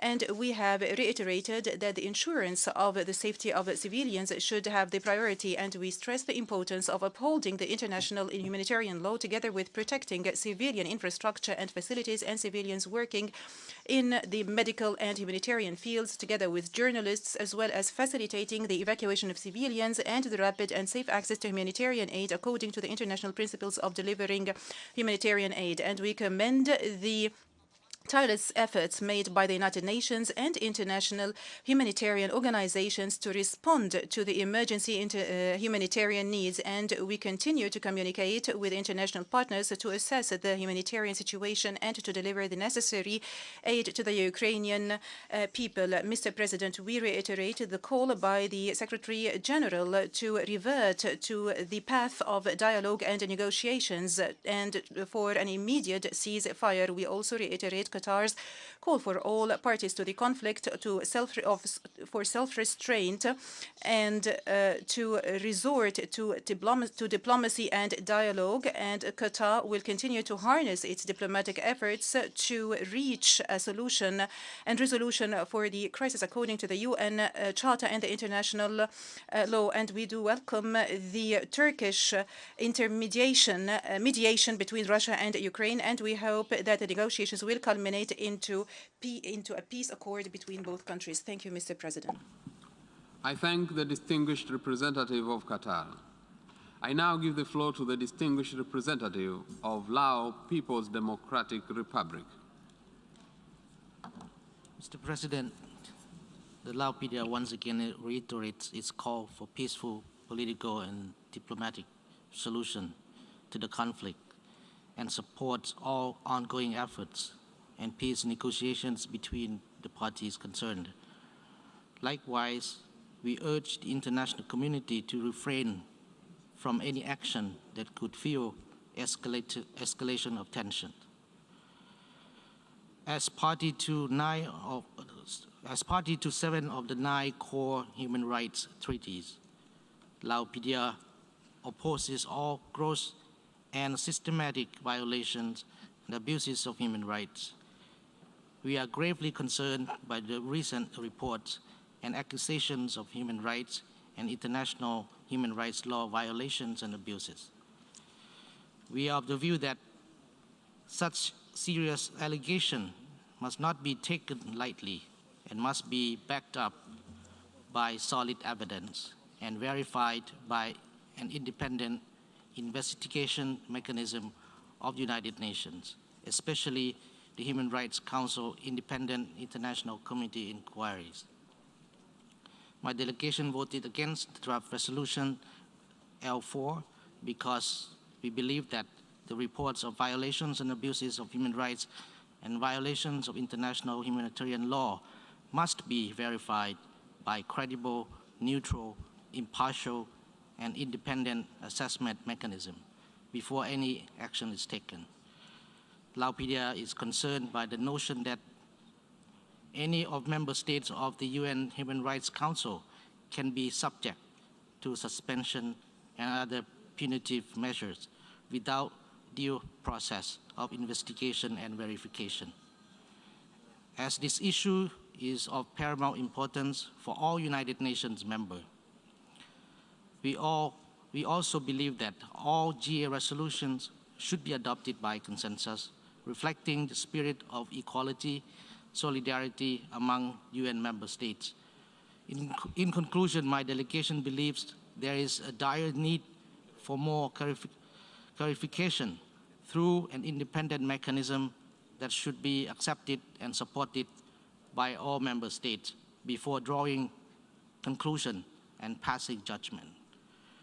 We remain hopeful that the most urgent task now is to create the environment conducive for a peaceful resolution to the conflict and immediate ceasefire agreement, which will eventually lead to total cessation of hostilities.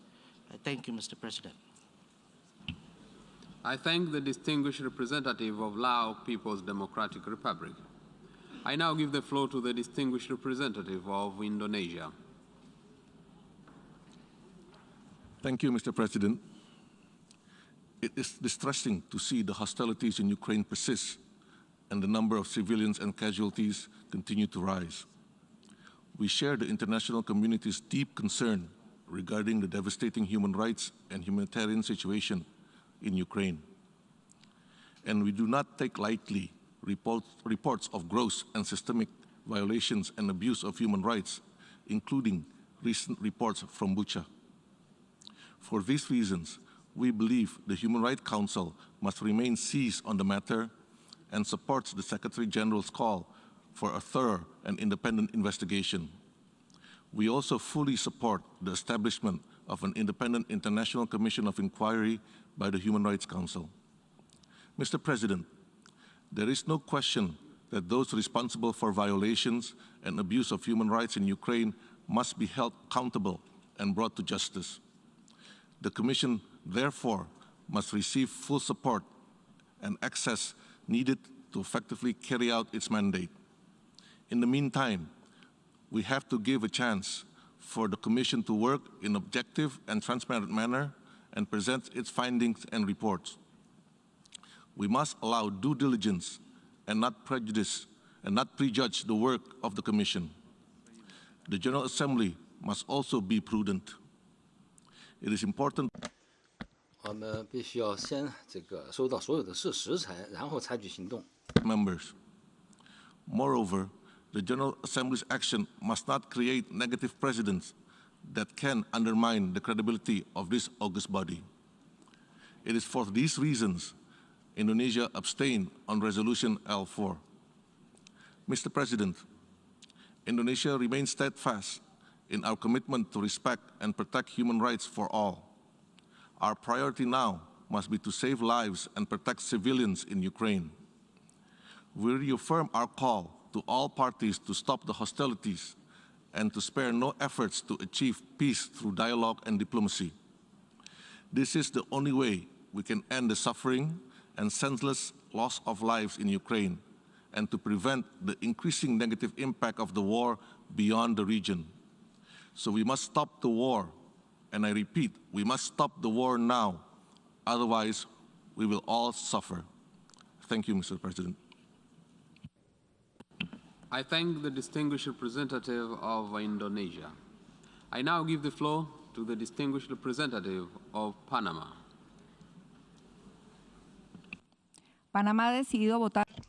Panama decided to vote in favor of the resolution suspension of the rights of membership of the Russian Federation in the Human Rights Council, since it supports the principles and purposes of the UN Charter and the Pillar of Human Rights, and especially because member states must abide by their commitments in the area of human rights when elected to this principal organ of the United Nations. Panama is faithful to multilateralism and the defense of human rights and supports the participation of member states in international bodies. Thus, in general terms, we do not support the separating a member state from membership in multilateral fora. This decision is taken in a context of flagrant gravity, given gross and systematic violations of human rights against civilians in Ukraine. Panama, concerned over the Syria situation, finds itself faced with the imperative of supporting this initiative, which has taken the General Assembly of the UN to consider the temporary suspension of a member state of this principal human rights body.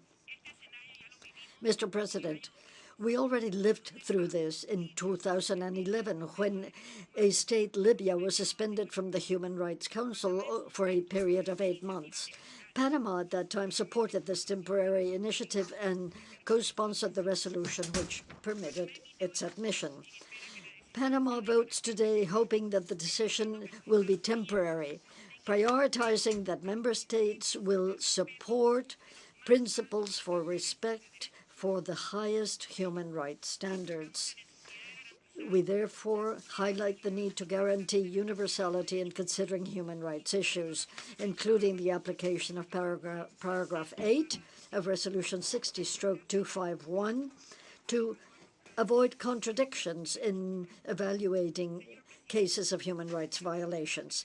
Mr. President, I conclude by appealing once again our call to dialogue and diplomacy toward a peaceful settlement of the conflict.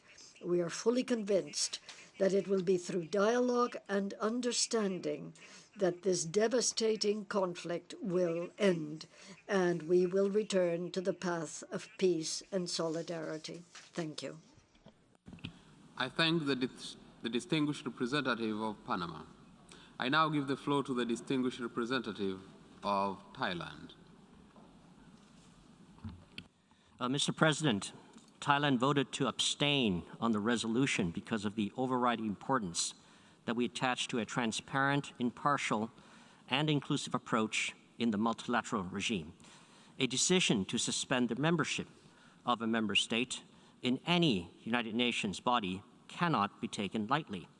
The process must be done through careful consultations based on principles, verified facts, and taking into account constructive opinions as well as foreseeable consequences. We express our deepest condolences to the people of Ukraine and the bereaved families who lost their loved ones from the ongoing war in Ukraine. We are deeply concerned with the escalation of conflicts and humanitarian crises in Ukraine, while believing that prompt action must be taken in response to all alleged human rights atrocities against civilians, including in Bucha. We are of the view that any action taken should be impartial, transparent, and comprehensive. To objectively consider the situations, it would require well-rounded established facts and additional concrete evidence proven by reliable sources, including those presented to international courts. We thus support the United Nations Secretary General's call for an independent investigation to ensure accountability and hope that the Independent International Commission of Inquiry established by the Human Rights Council would be able to commence its work soonest to investigate the serious allegations in an impartial, transparent, and comprehensive manner.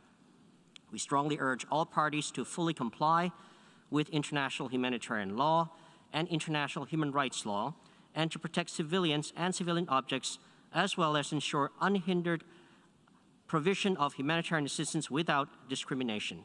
Another life lost is another life too many. On our part, Thailand continues to provide humanitarian assistance to support those suffering from the conflict in Ukraine.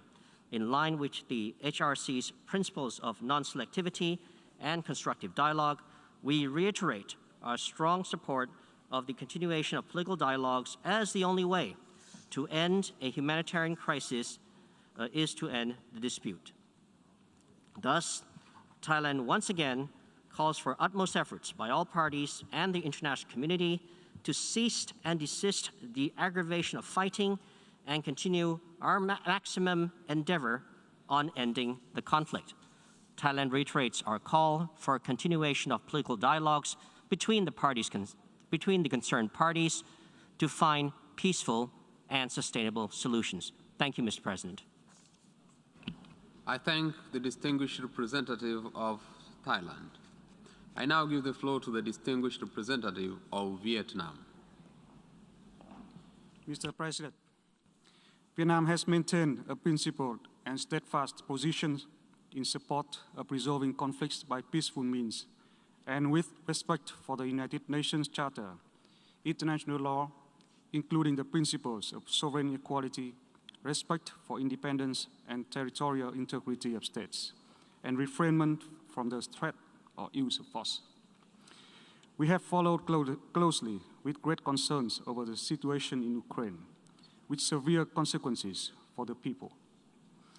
It is with extreme concern that we learn of recent reports of great loss of life among innocent civilians. Vietnam opposes and condemns all forms of attacks against civilians in violation of international law, international humanitarian law, and international human rights law. Recent information in this regard should be examined based on objective and transparent verification with the cooperation of parties concerned. We have time and again reiterated that it is imperative to immediately cease the use of force to avoid further civilian casualties and losses, as well as damages to civilian infrastructure. The ongoing conflict in Ukraine, if not resolved peacefully and expeditiously, will continue to affect the entire world, given the spillover effects now seen across regions. We are therefore convinced that the only way forward is to de-escalate tensions, resume dialogue and negotiation through all channels, with a view to achieving long-term solutions that take into consideration the interest and concern of all parties in accordance with international law. There is no viable alternative. International efforts should be carried out in a prudent manner in order to be conducive to reaching a final solution. Discussion and decisions undertaken by international organizations and agencies should follow their established procedures and working methods. In this vein, we have the view that the deliberation and decisions taken by the General Assembly should be based on impartial information, broad consultations with member states, dialogue and negotiations among related parties is the most feasible way forward to a peaceful, comprehensive solution. It is our hope that the United Nations and member states will work together toward this end. I thank you. I thank the distinguished representative of Vietnam. I now give the floor to the distinguished representative of Cambodia. Thank you, Mr. President. I'm taking the floor to explain our vote on the draft resolution on the suspension of the rights of membership of the Russian Federation in the Human Rights Council after the vote. The spectrum of isolation of a member state through the suspension of its right in a UN body will not help resolve the conflict, but only trigger and intensify the situation. After a fragile time for world peace, security, and stability, the engagement among the member states in all relevant UN bodies, including Human Rights Council, is very important. Resolving the conflict in Ukraine based on the UN Charter and the international law through creating a conducive environment for diplomatic engagement and negotiation by the concerned parties should be the right path to be focused toward ending the tremendous human suffering and achieving a sustainable, peaceful solution in Ukraine. At this critical juncture, we must try to work in solidarity to address the conflict in Ukraine and to avoid creating a trust deficit among the membership. Building trust and confidence is absolutely important to deal with the current situation. With that explanation, Cambodia voted abstain on resolution L4. I thank you, Mr. President. I thank the distinguished representative of Cambodia. I now give the floor to the distinguished representative of Uzbekistan. Mr. President, Uzbekistan adheres to a balanced, neutral position on the current situation in Ukraine and hope that the parties will find mutually acceptable way to resolve the situation pursuing solely a political and diplomatic path based on the universally recognized principles and norms of international law. At the same time, the delegation of Uzbekistan voted against the resolution on suspension of the rights of membership of the Russian Federation in the Human Rights Council, given our strong convictions that any decision under OP8 of the GA Resolution 60/251 authorizing General Assembly by 2/3 majority of the members present and voting suspend the right of membership in the Council of a member of the Council that commits gross and systematic violation of human rights should be based on the outcome of thorough investigation of the alleged violation. I thank you, Mr. President. I thank the distinguished representative of Uzbekistan. I now give the floor to the distinguished representative of Malaysia.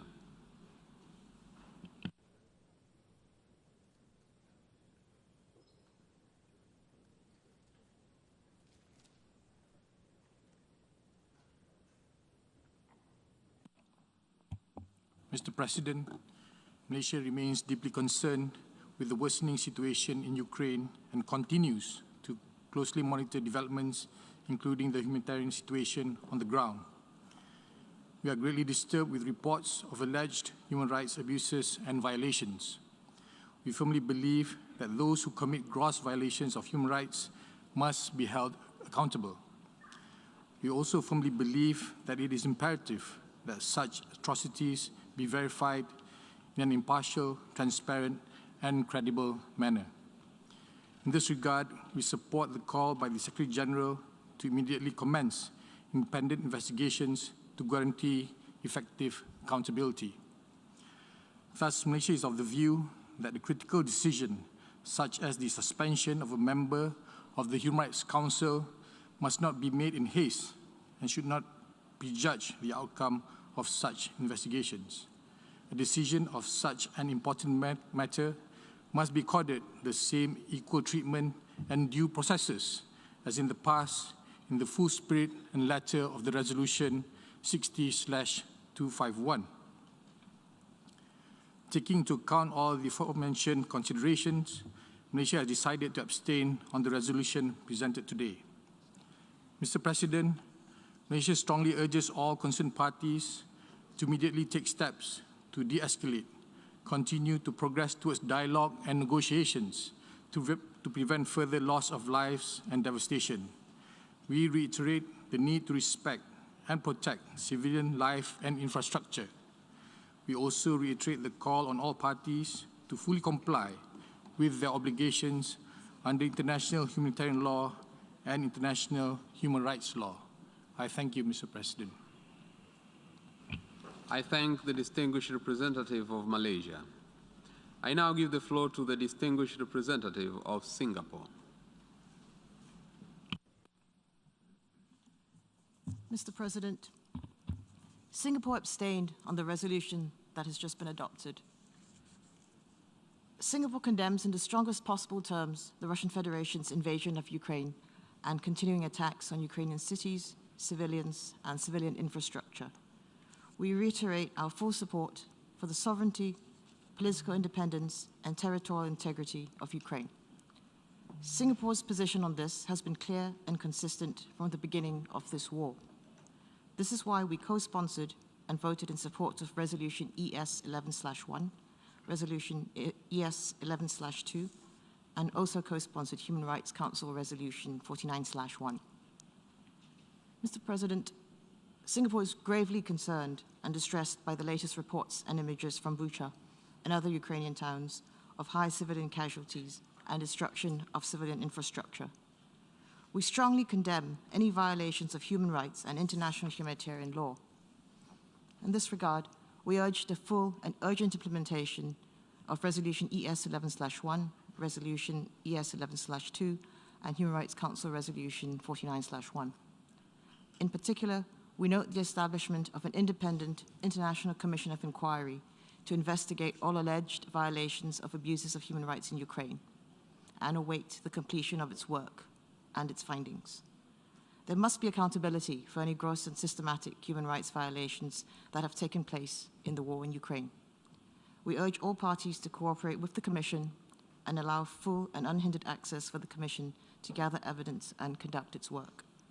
We must spare no effort to protect the civilian population in Ukraine and to ensure safe and unhindered humanitarian access to all those in need.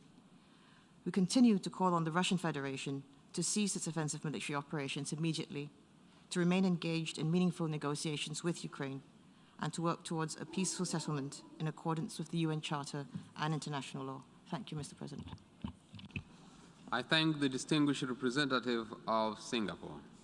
I now give the floor to the distinguished representative of Brunei Darussalam.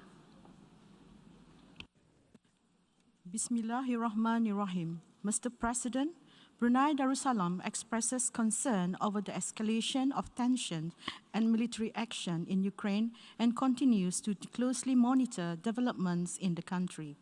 Brunei Darussalam condemns any violation of sovereignty, independence, and territorial integrity of any country and reiterates the importance of upholding the principle of a rule-based framework and respect the international law.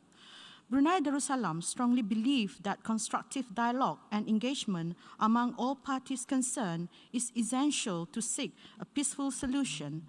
We further believe that the suspension of member states is counterproductive in addressing any concern and may further aggravate the already dire situation. Brunei Darussalam reiterates the importance of diplomacy and further calls on all parties directly involved to de-escalate tension and settle all differences by peaceful means without resorting to the threat or use of force in accordance with the UN Charter and international law in the interest of maintaining international peace and stability. I thank you, Mr. President. I thank the distinguished representative of Brunei Darussalam. I now give the floor to the distinguished representative of Kuwait.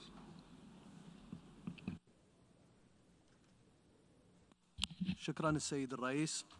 لقد صوتت دولة الكويت Thank you, Mr. President. Kuwait abstained in the vote on the draft resolution, which has just been adopted at this special session of the emergency special session of the General Assembly. We support the human rights bodies which have been established. We protect those organs against the politicization. We wish to strengthen dialogue and objectivity in matters of human rights. We condemn all violations of humanitarian international law and violations of human rights by anyone and whatever the place where the acts are committed. We have followed with concern all of the images and information which we have had in recent days, which have revealed the extent of the violations of international law and humanitarian international law against unarmed civilians. And we appeal to the United Nations Secretary General to conduct an international inquiry which is transparent on these crimes, to know who are the perpetrators, and to confirm all parties to the conflict should respect their commitments under international law, including the Geneva Conventions of 1949 and the optional protocols, as well as international law to protect civilians, civilian sites, and in order to protect workers in humanitarian terms and medical personnel, as well as humanitarian workers. It is important to guarantee the delivery of humanitarian assistance to those in need. We reaffirm that, and we welcome the efforts made by United Nations bodies to put an end to hostilities. Ever since the start of the war and military operations in Ukraine, Kuwait has reaffirmed its position of principle, which is to respect United Nations principles, respect the territorial integrity, independence, and sovereignty of states, and non-interference in their internal affairs. We must not use force or use threat of force and end conflicts by peaceful means. We renew our appeal to end hostilities and to undertake negotiations between the parties in question in order to reach a peaceful solution to spare the world and the region from any serious repercussions. Thank you. The distinguished representative of Kuwait. I now give the floor to the distinguished representative of Kyrgyzstan. Mr. President, according to paragraph 8 of the UN General Assembly Resolution 60/251, Human Rights Council, the General Assembly may suspend the rights of membership in the Human Rights Council of a member of the Council that commits gross and systematic violations of human rights. This paragraph requires that there should be confirmed facts of gross and systematic violations of human rights. Our position at the moment is that we should wait for the results of impartial investigations into all possible gross and systematic violations of human rights in Ukraine, including the results of the investigation of the Independent International Commission of Inquiry, established by the resolution of the UN Human Rights Council number 49/1. We are following the situation in Ukraine with great concern. It is especially alarming that fraternal peoples are involved in this conflict and human casualties could not be avoided. We express our grave concern over the deteriorating humanitarian situation in Ukraine. In this regard, it is important to ensure the full protection of civilians, primarily women and children, as well as medical and humanitarian personnel. What is happening today, it is a real tragedy, the occurrence of which, unfortunately, was allowed by the entire world community.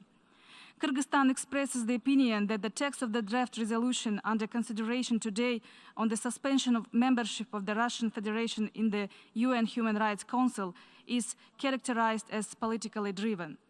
We are in favor of conducting an independent investigation, examining the results and facts provided by both sides.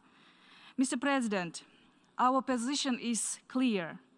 Any conflict must be resolved exclusively by political and diplomatic means, including through the creation of new formats and mechanisms. I thank you. I thank the distinguished representative of Kyrgyzstan. I now give the floor to the distinguished representative of Algeria.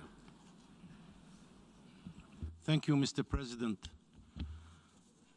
تجدد الجزائر التزامها الثابت بالقواعد Algeria reaffirms its firm attachment to the fundamental rules and principles of the international humanitarian law and international human rights law, in particular the Universal Declaration of Human Rights and the international instruments for the protection and promotion of human rights, and expresses its firm condemnation of any proven violation of international obligations in this domain.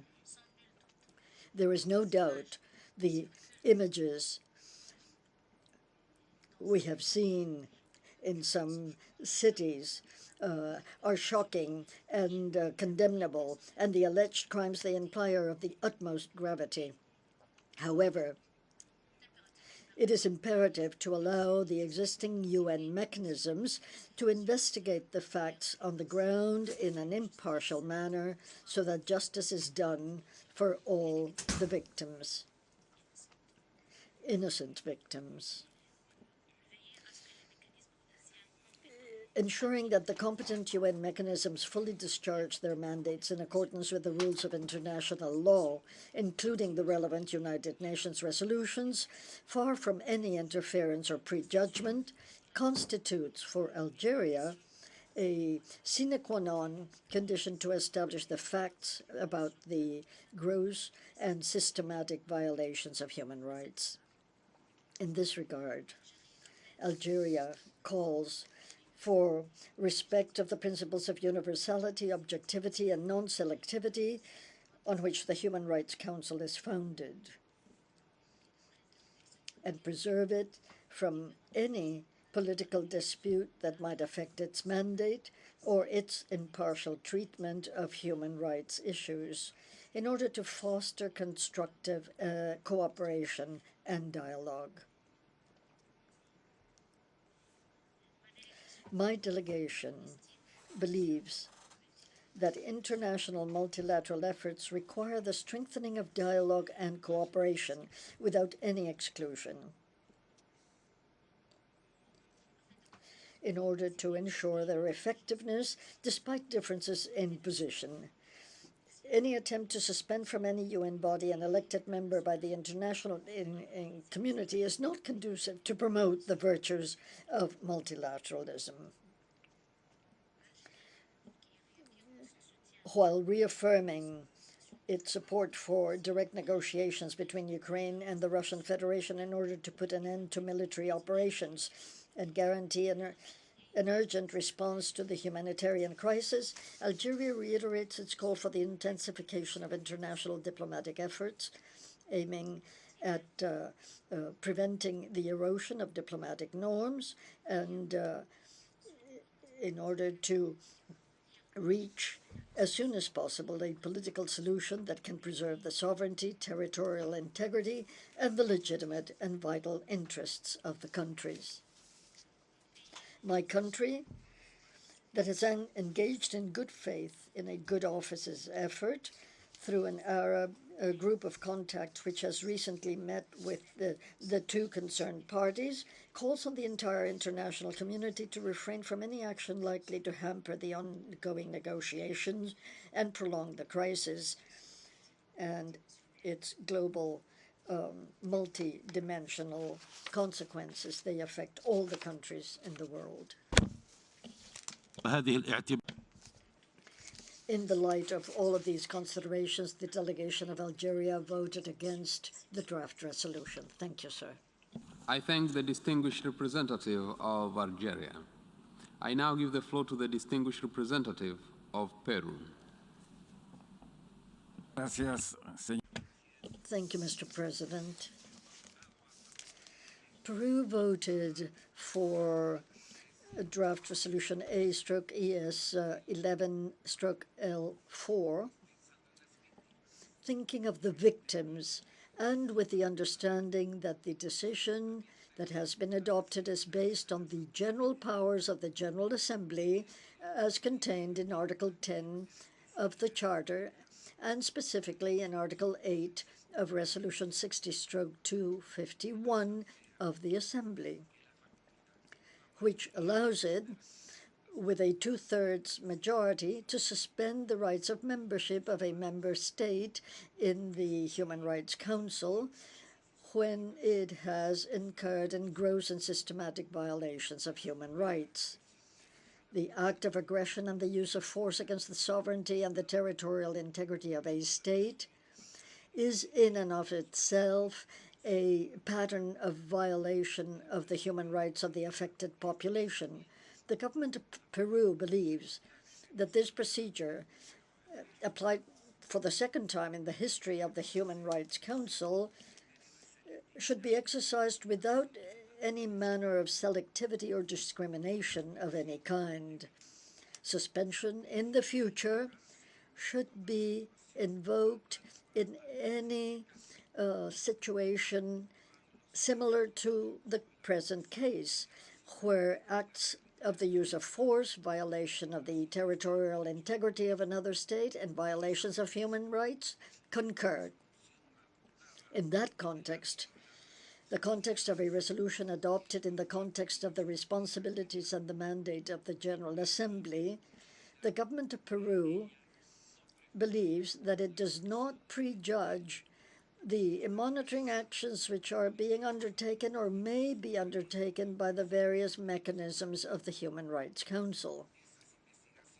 Those inquiries must take place without any type of political preconceptions, with independence, neutrality, and with a sole focus on the rights of victims, their protection, and the fight against impunity. In particular, the delegation of Peru believes that the resolution that has been adopted should not prejudge nor predetermine in political terms the work of the independent international commission which the Human Rights Council has established with a mandate to investigate alleged violations of human rights and humanitarian law which take place in the context of the armed conflict in Ukraine, independently from the parties responsible for those violations, as may be determined. These investigations must take place under internationally recognized principles such as independence, expediency, objectivity, and non-discrimination. This is all the more urgent and imperative in investigating the massacre in the area of Bucha. Thank you, Mr. President. I thank the distinguished representative of Peru. I now give the floor to the distinguished representative of Saudi Arabia.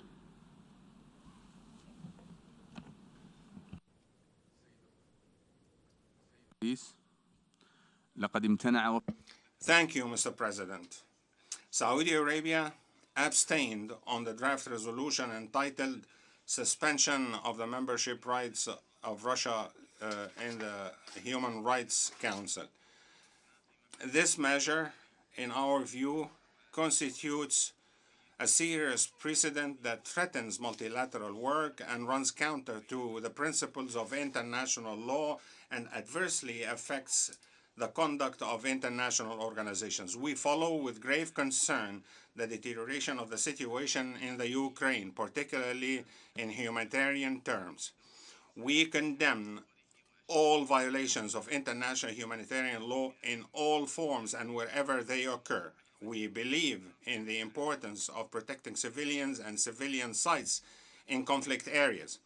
However, we believe that moving to suspend the membership of Russia in the Human Rights Council is an escalatory step that aggravates a situation that is already tense, and it is not only a form of politicization of the work of the Council, but it also carries a unilateral nature that gives certain more rights than others.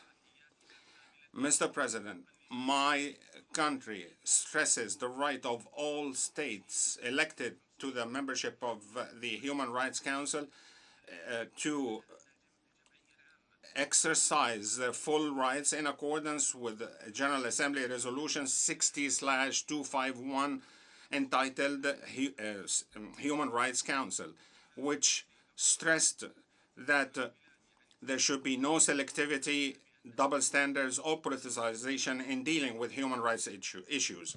Mr. President, our abstention today is based on our strong belief that aggravating a situation will adversely affect the dialogue ongoing between the parties with a view to reaching a peaceful settlement that spares the region and the world further adverse effects in political, economic, or humanitarian terms. Thank you. Representative of Saudi Arabia. I now give the floor to the distinguished representative of the United Arab Emirates. Thank you. Thank you, Mr. President. The United Arab Emirates reiterates again our forceful condemnation of all violations of international humanitarian law committed in Ukraine. Civilians are bearing the brunt of this conflict, and this must end, and they must be spared, and parties must comply with their obligations under international law. Determining the facts on the ground is important for justice to be rendered to victims, but also in the longer term to allow communities to heal, to reconcile, and to build sustainable peace. As a member of the Human Rights Council, we voted in favor of Resolution 49/1, urgently establishing an international independent commission of inquiry to investigate all alleged violations and abuses of human rights and violations of international humanitarian law in Ukraine. The members of the commission were appointed on the 30th of March, and their investigations have only just begun. Due process demands that investigative mechanisms be able to conclude their work.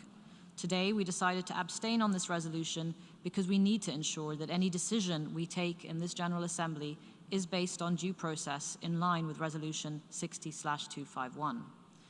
The United Nations is based on the premise of dialogue and constructive engagement with each other, and even with those who hold opposing views to us. The organizations that make up our international system were not established to be a club for the like-minded. We need to preserve spaces in the multilateral arena to talk to each other and not just at each other. And that idea is in the foundational DNA of this organization. Our collective strength lies in our inclusivity. So now is the time to double down on diplomatic outreach in order to reach an immediate cessation of hostilities throughout Ukraine.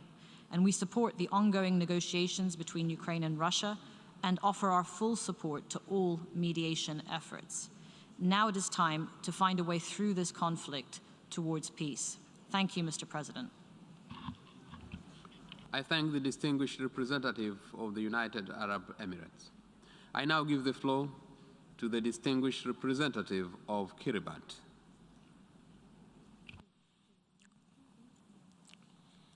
Thank you, Mr. President, and thank you for convening us on this emergency session to deliberate on a draft resolution that's already been passed, which has the effect of suspending a member of the Human Rights Council in line with a provision in a past General Assembly resolution that allows the General Assembly to suspend the rights of a member to sit and participate in the Human Rights Council if such member has committed gross violations of human rights. Having listened intently to the reasoning advanced from the two sides of this issue, Kiribati decided to vote in support of the resolution on the following grounds. First, the images of hundreds or thousands of human beings killed, of innocent human beings killed in Ukraine during the course of the past 42 days is a and soul-breaking nightmare for all normal, conscientious, and peace-loving human beings. And we do join all peace-loving people of the world in their prayers and calls for a speedy ending to the conflict through friendly and diplomatic dialogue between the parties. As a long-standing member of the Commonwealth of Nations, we believe it is a wise and civilized practice to encourage all its members to be loyal and faithful to the codes of conduct of the Commonwealth, which requires all its members to respect the rules of law, good governance, and the rights and freedoms of human persons, and to deter violations of such codes of conduct through suspension of any defaulting member, and at the same time allowing time and space for a suspended member to reform its conduct and get back to the agreed code of human conduct. This practice has worked very well in the Commonwealth for decades, and we believe it can also work well for the United Nations on any member who is seen by an overwhelming majority of members to have seriously digressed from the codes of conduct for UN membership. The suspension of Libya in the Human Rights Council in the past show that it is not entirely wrong to agree to a suspension decision at this time. Once again, we join the whole humanity in calling on the parties concerned to put down their arms and to come together and become part of one happy global human family. I thank you. I thank the distinguished representative of Kiribati. We have heard the last speaker in explanations of vote after the vote. We'll now hear statements after the adoption of the resolution. I now give the floor to the distinguished representative of Russian Federation.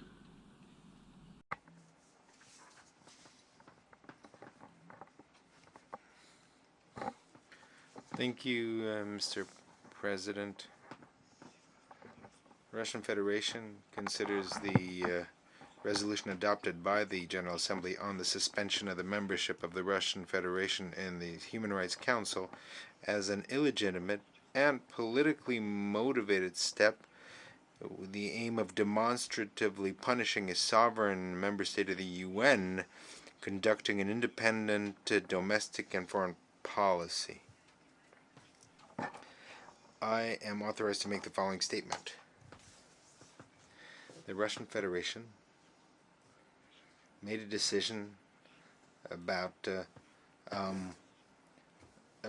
ending or suspending its membership in the Human Rights Council before the end of its term on the 7th of April of this year. Russia has always considered the Human Rights Council as an important component of the universal system of promoting and protecting human rights, whose main role is to contribute to the development of a constructive and maximally depoliticized intergovernmental dialogue on key issues of the human rights agenda. Unfortunately, in today's conditions, the Council is in fact monopolized by one group of states who use it for their short-term aims. Now, those who have claimed that they are the standard in the human rights field, these states for many years have directly been involved in blatant and massive violations of human rights, or abetted those violations. In spite of its membership, their membership as members of the Council, they're not ready to sacrifice their short-term political and economic interests in favor of true cooperation in stabilizing the human rights situation in certain countries. Such actions violate the mandate entrusted by the international community on the Human Rights Council and overall undermine trust in this body. The sincere commitment of Russia to promoting and protecting of human rights does not make it possible for us to remain a member of an international mechanism which has become an enabler of the will of the above-mentioned group of countries, which, in order to push through their aims and achieve the necessary amount of votes in adopting this decision, have resorted to open blackmail of sovereign states. The decision, our decision to stop our membership in the Human Rights Council before the end of our term does not mean that we are not going to continue fulfilling our international obligations in the human rights field. The Russian Federation will continue to make its significant contribution in strengthening constructive dialogue on human rights and involving all interested sides in the process of collective development and adoption of decisions that meet the interests of all groups of states. Thank you.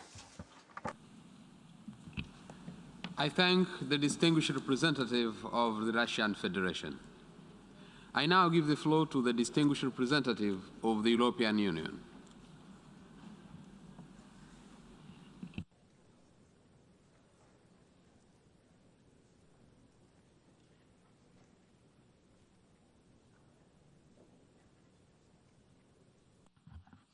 Thank you, Mr. President, for convening us under the emergency special session. I have the privilege to address the General Assembly on behalf of the European Union and its member states, North Macedonia, Montenegro and Albania, Bosnia-Herzegovina, Iceland and Norway, as well as Ukraine, the Republic of Moldova, Georgia, Andorra, Monaco and San Marino align themselves with this statement. Mr. President, the scale and gravity of Russia's violations of international human rights law and international humanitarian law, as well as the violations of the UN Charter and the territorial integrity and sovereignty of another state, Ukraine, call for strong, united international response. Russia is responsible for a horrific number of casualties, human suffering, and forced displacements. Russian armed forces have been relentlessly shelling cities, schools, hospitals for well over a month now. The Russian authorities are responsible for the crimes committed while they have effective control of many areas inside Ukraine. They are subject to international law of occupation. The European Union supports all measures to ensure accountability for human rights violations and violations of international humanitarian law in Ukraine by Russian armed forces. The perpetrators of war crimes and other serious violations, as well as the responsible government officials and military leaders, will be held accountable. Today, this Assembly has decided that for now the Russian Federation is suspended from the Human Rights Council. Membership in that council is and shall remain open to all member states of the United Nations.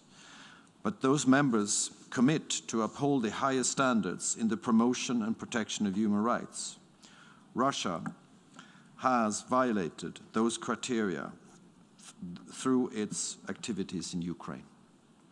The decision to suspend the Russian Federation, which the EU and its member states have supported today, implements the 2006 General Assembly resolution establishing the Human Rights Council, which foresees suspension of members that commit gross and systematic violations of human rights. Suspension is necessary to uphold the integrity of the Human Rights Council, the authority of the General Assembly, and the credibility of the UN human rights system. The rare decision this Assembly has taken today sends a strong signal of accountability and hopefully will help preventing and discouraging more violations of human rights. For the third time in a month, the UN General Assembly has adopted a resolution on Ukraine by a clear majority. Once again, the international community stands in solidarity with the people of Ukraine and all other people affected by the war of Russian aggression. Once again, the international community strongly calls on Russia to cease the destruction of innocent lives across Ukraine and immediately and unconditionally withdraw all its troops. While the Security Council remains unable to take action because of the Russian veto, the General Assembly has demonstrated the strength of international support towards addressing the Russian aggression against Ukraine. Thank you very much, Mr. President. I thank the distinguished representative of European Union. I now give the floor to the distinguished representative of the Netherlands on behalf of Benelux countries. President, I deliver this statement on behalf of the Benelux countries, Belgium, Luxembourg, and my own country, the Netherlands. The Benelux countries align themselves with the statement just made by the European Union. Mr. President, the Benelux countries remain unwavering in their support for Ukraine's independence, sovereignty, territorial integrity within its internationally recognized borders, and its democratic freedom. We condemn in the strongest terms the unprovoked war of aggression by the Russian Federation against Ukraine. Mr. President, it is the third time that we meet in this emergency special session in just over a month. Today, like before, the exceptional circumstances caused by the war in Ukraine leave us no other choice. We meet because we are horrified by the reports of atrocities committed by the Russian armed forces in Ukraine, by the images from places like Bucha, Starye-Bikiv, Mariupol, and Hostomel that show a complete disregard for human rights and the lives of civilians, and by the personal testimonies of rape and sexual violence that are emerging. Clearly, these actions are unacceptable for any UN member state, but even more so for a member of the Human Rights Council. It is therefore important that the General Assembly has just voted to take the exceptional step to suspend the membership of the Russian Federation of the Human Rights Council. It is important because membership of the Council comes with responsibilities and duties. Resolution 60/251, which established the Council, clearly states that Council members shall, and I quote, uphold the highest standards in the promotion and protection of human rights. Holding a seat in the Human Rights Council is not a free ride. The Benelux countries, as recent and current members of the Human Rights Councils, are strong supporters of its mandate, and we note that members sign up to a heightened level of public scrutiny and commit to engage with the Council in a spirit of dialogue, cooperation, and self-reflection, grounded in a desire to use their membership to strengthen the enjoyment of human rights at home and abroad. It is clear that with its actions in Ukraine, the Russian Federation is failing its responsibilities as a member of the Human Rights Council. But, Mr. President, this is not just about the Human Rights Council. What is at stake is the credibility of the UN as a whole. The UN Secretary General, in his statement to the Security Council on Tuesday, clearly stated that the war in Ukraine is one of the greatest challenges ever to the international order and the global peace architecture that was founded on the United Nations Charter. That is what is at stake if we allow the Russian Federation to commit these crimes without consequences. In its resolution on March the 2nd, the General Assembly called upon the Russian Federation to abide by the principles set forth in the Charter. And yet, we are confronted with the opposite, further violations of that same Charter. Mr. President, my final point is on accountability. I am repeating the call by the UN Secretary General and the High Commissioner for Human Rights that all efforts be made to ensure an independent and effective investigation into what happened in Bucha and other places. We therefore fully support the work of the Commission of Inquiry that was established by the Human Rights Council and the essential role of the International Criminal Court when it comes to investigating possible war crimes, crimes against humanity, and genocide. These efforts complement the investigations undertaken by the Prosecutor General of Ukraine, which the EU stands ready to support. So let's be clear. The perpetrators of these crimes are being watched and evidence is being compiled with a view to their prosecution. We owe it to the victims and the family to find the truth and to provide justice and accountability. Mr. President, there is of course a solution to stop these atrocities. the Russian Federation chose to start this war of aggression against Ukraine, it can also choose to stop it, to immediately cease hostilities, withdraw its troops, and fully respect international humanitarian and human rights law. I thank you, Mr. President. I thank the distinguished representative of the Netherlands. I now give the floor to the distinguished representative of Lithuania on behalf of the Baltic countries. United Kingdom, point of order. So, point of order. There is a point of order requested by the United Kingdom, and I would wish now to give the floor to the United Kingdom for the point of order. Many thanks, Mr. President. We're very sorry to take the floor and interrupt the flow of statements, but we would like to seek urgent clarification from the Russian delegation as to what precisely they just said in their statement. This General Assembly voted just a few moments ago to suspend them from the Human Rights Council, and that is now done. But it seemed to us that they were suggesting that they were also withdrawing from the Human Rights Council, which has a different effect. Now, setting aside the fact that that sounds like someone who has just been fired, tendering their resignation, may we just ask the Russian delegation to be precise on this point? Are they going to be sending a note verbale to member states and to the relevant authorities indicating their full and formal withdrawal from the Human Rights Council for the remainder of their term? We think that has a different effect in terms of the next actions that need to be taken and their status. Thank you, Mr. President.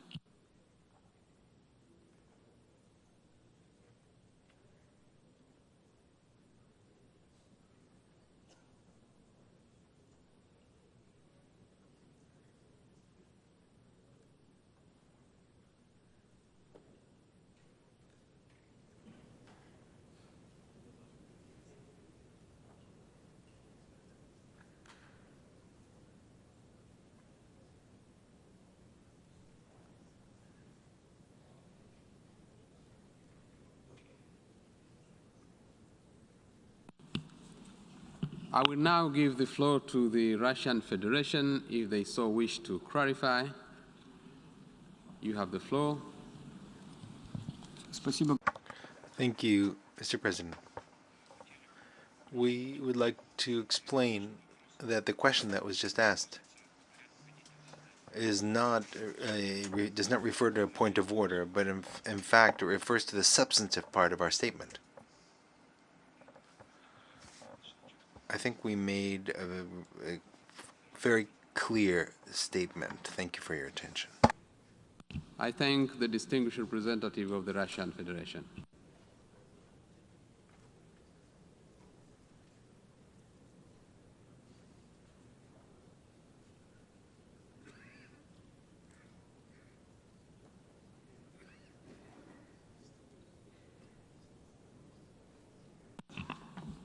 I note that France is asking the floor for the point of order, and I give the floor to the distinguished representative of France. Merci, Monsieur le Président. Thank you, Mr. President. My intervention is not related to the point of order. Maybe interpreters can clarify. I think there might be some divergences between the French and English versions, because we were also wondering exactly what was the statement of the Russian Federation. Thank you. I thank the distinguished representative of France for the statement. We have heard the last speaker in the statement after adoption of this for this meeting.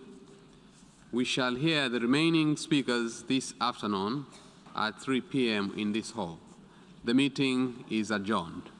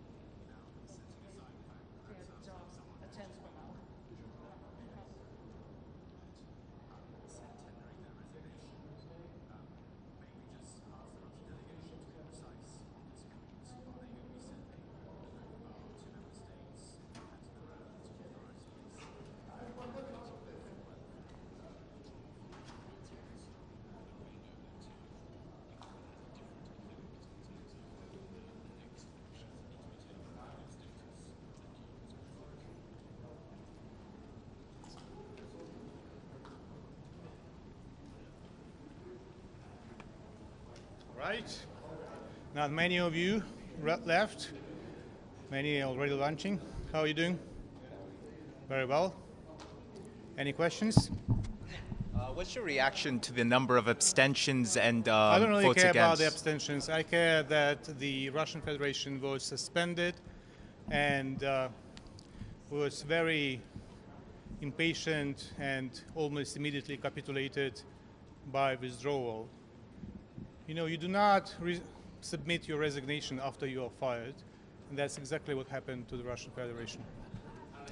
I hope now when we have elections, because now we can have elections to elect a new member, we will improve the quality of the Human Rights Council, and we will allow the Human Rights Council to remain an important platform to advance human rights across the globe.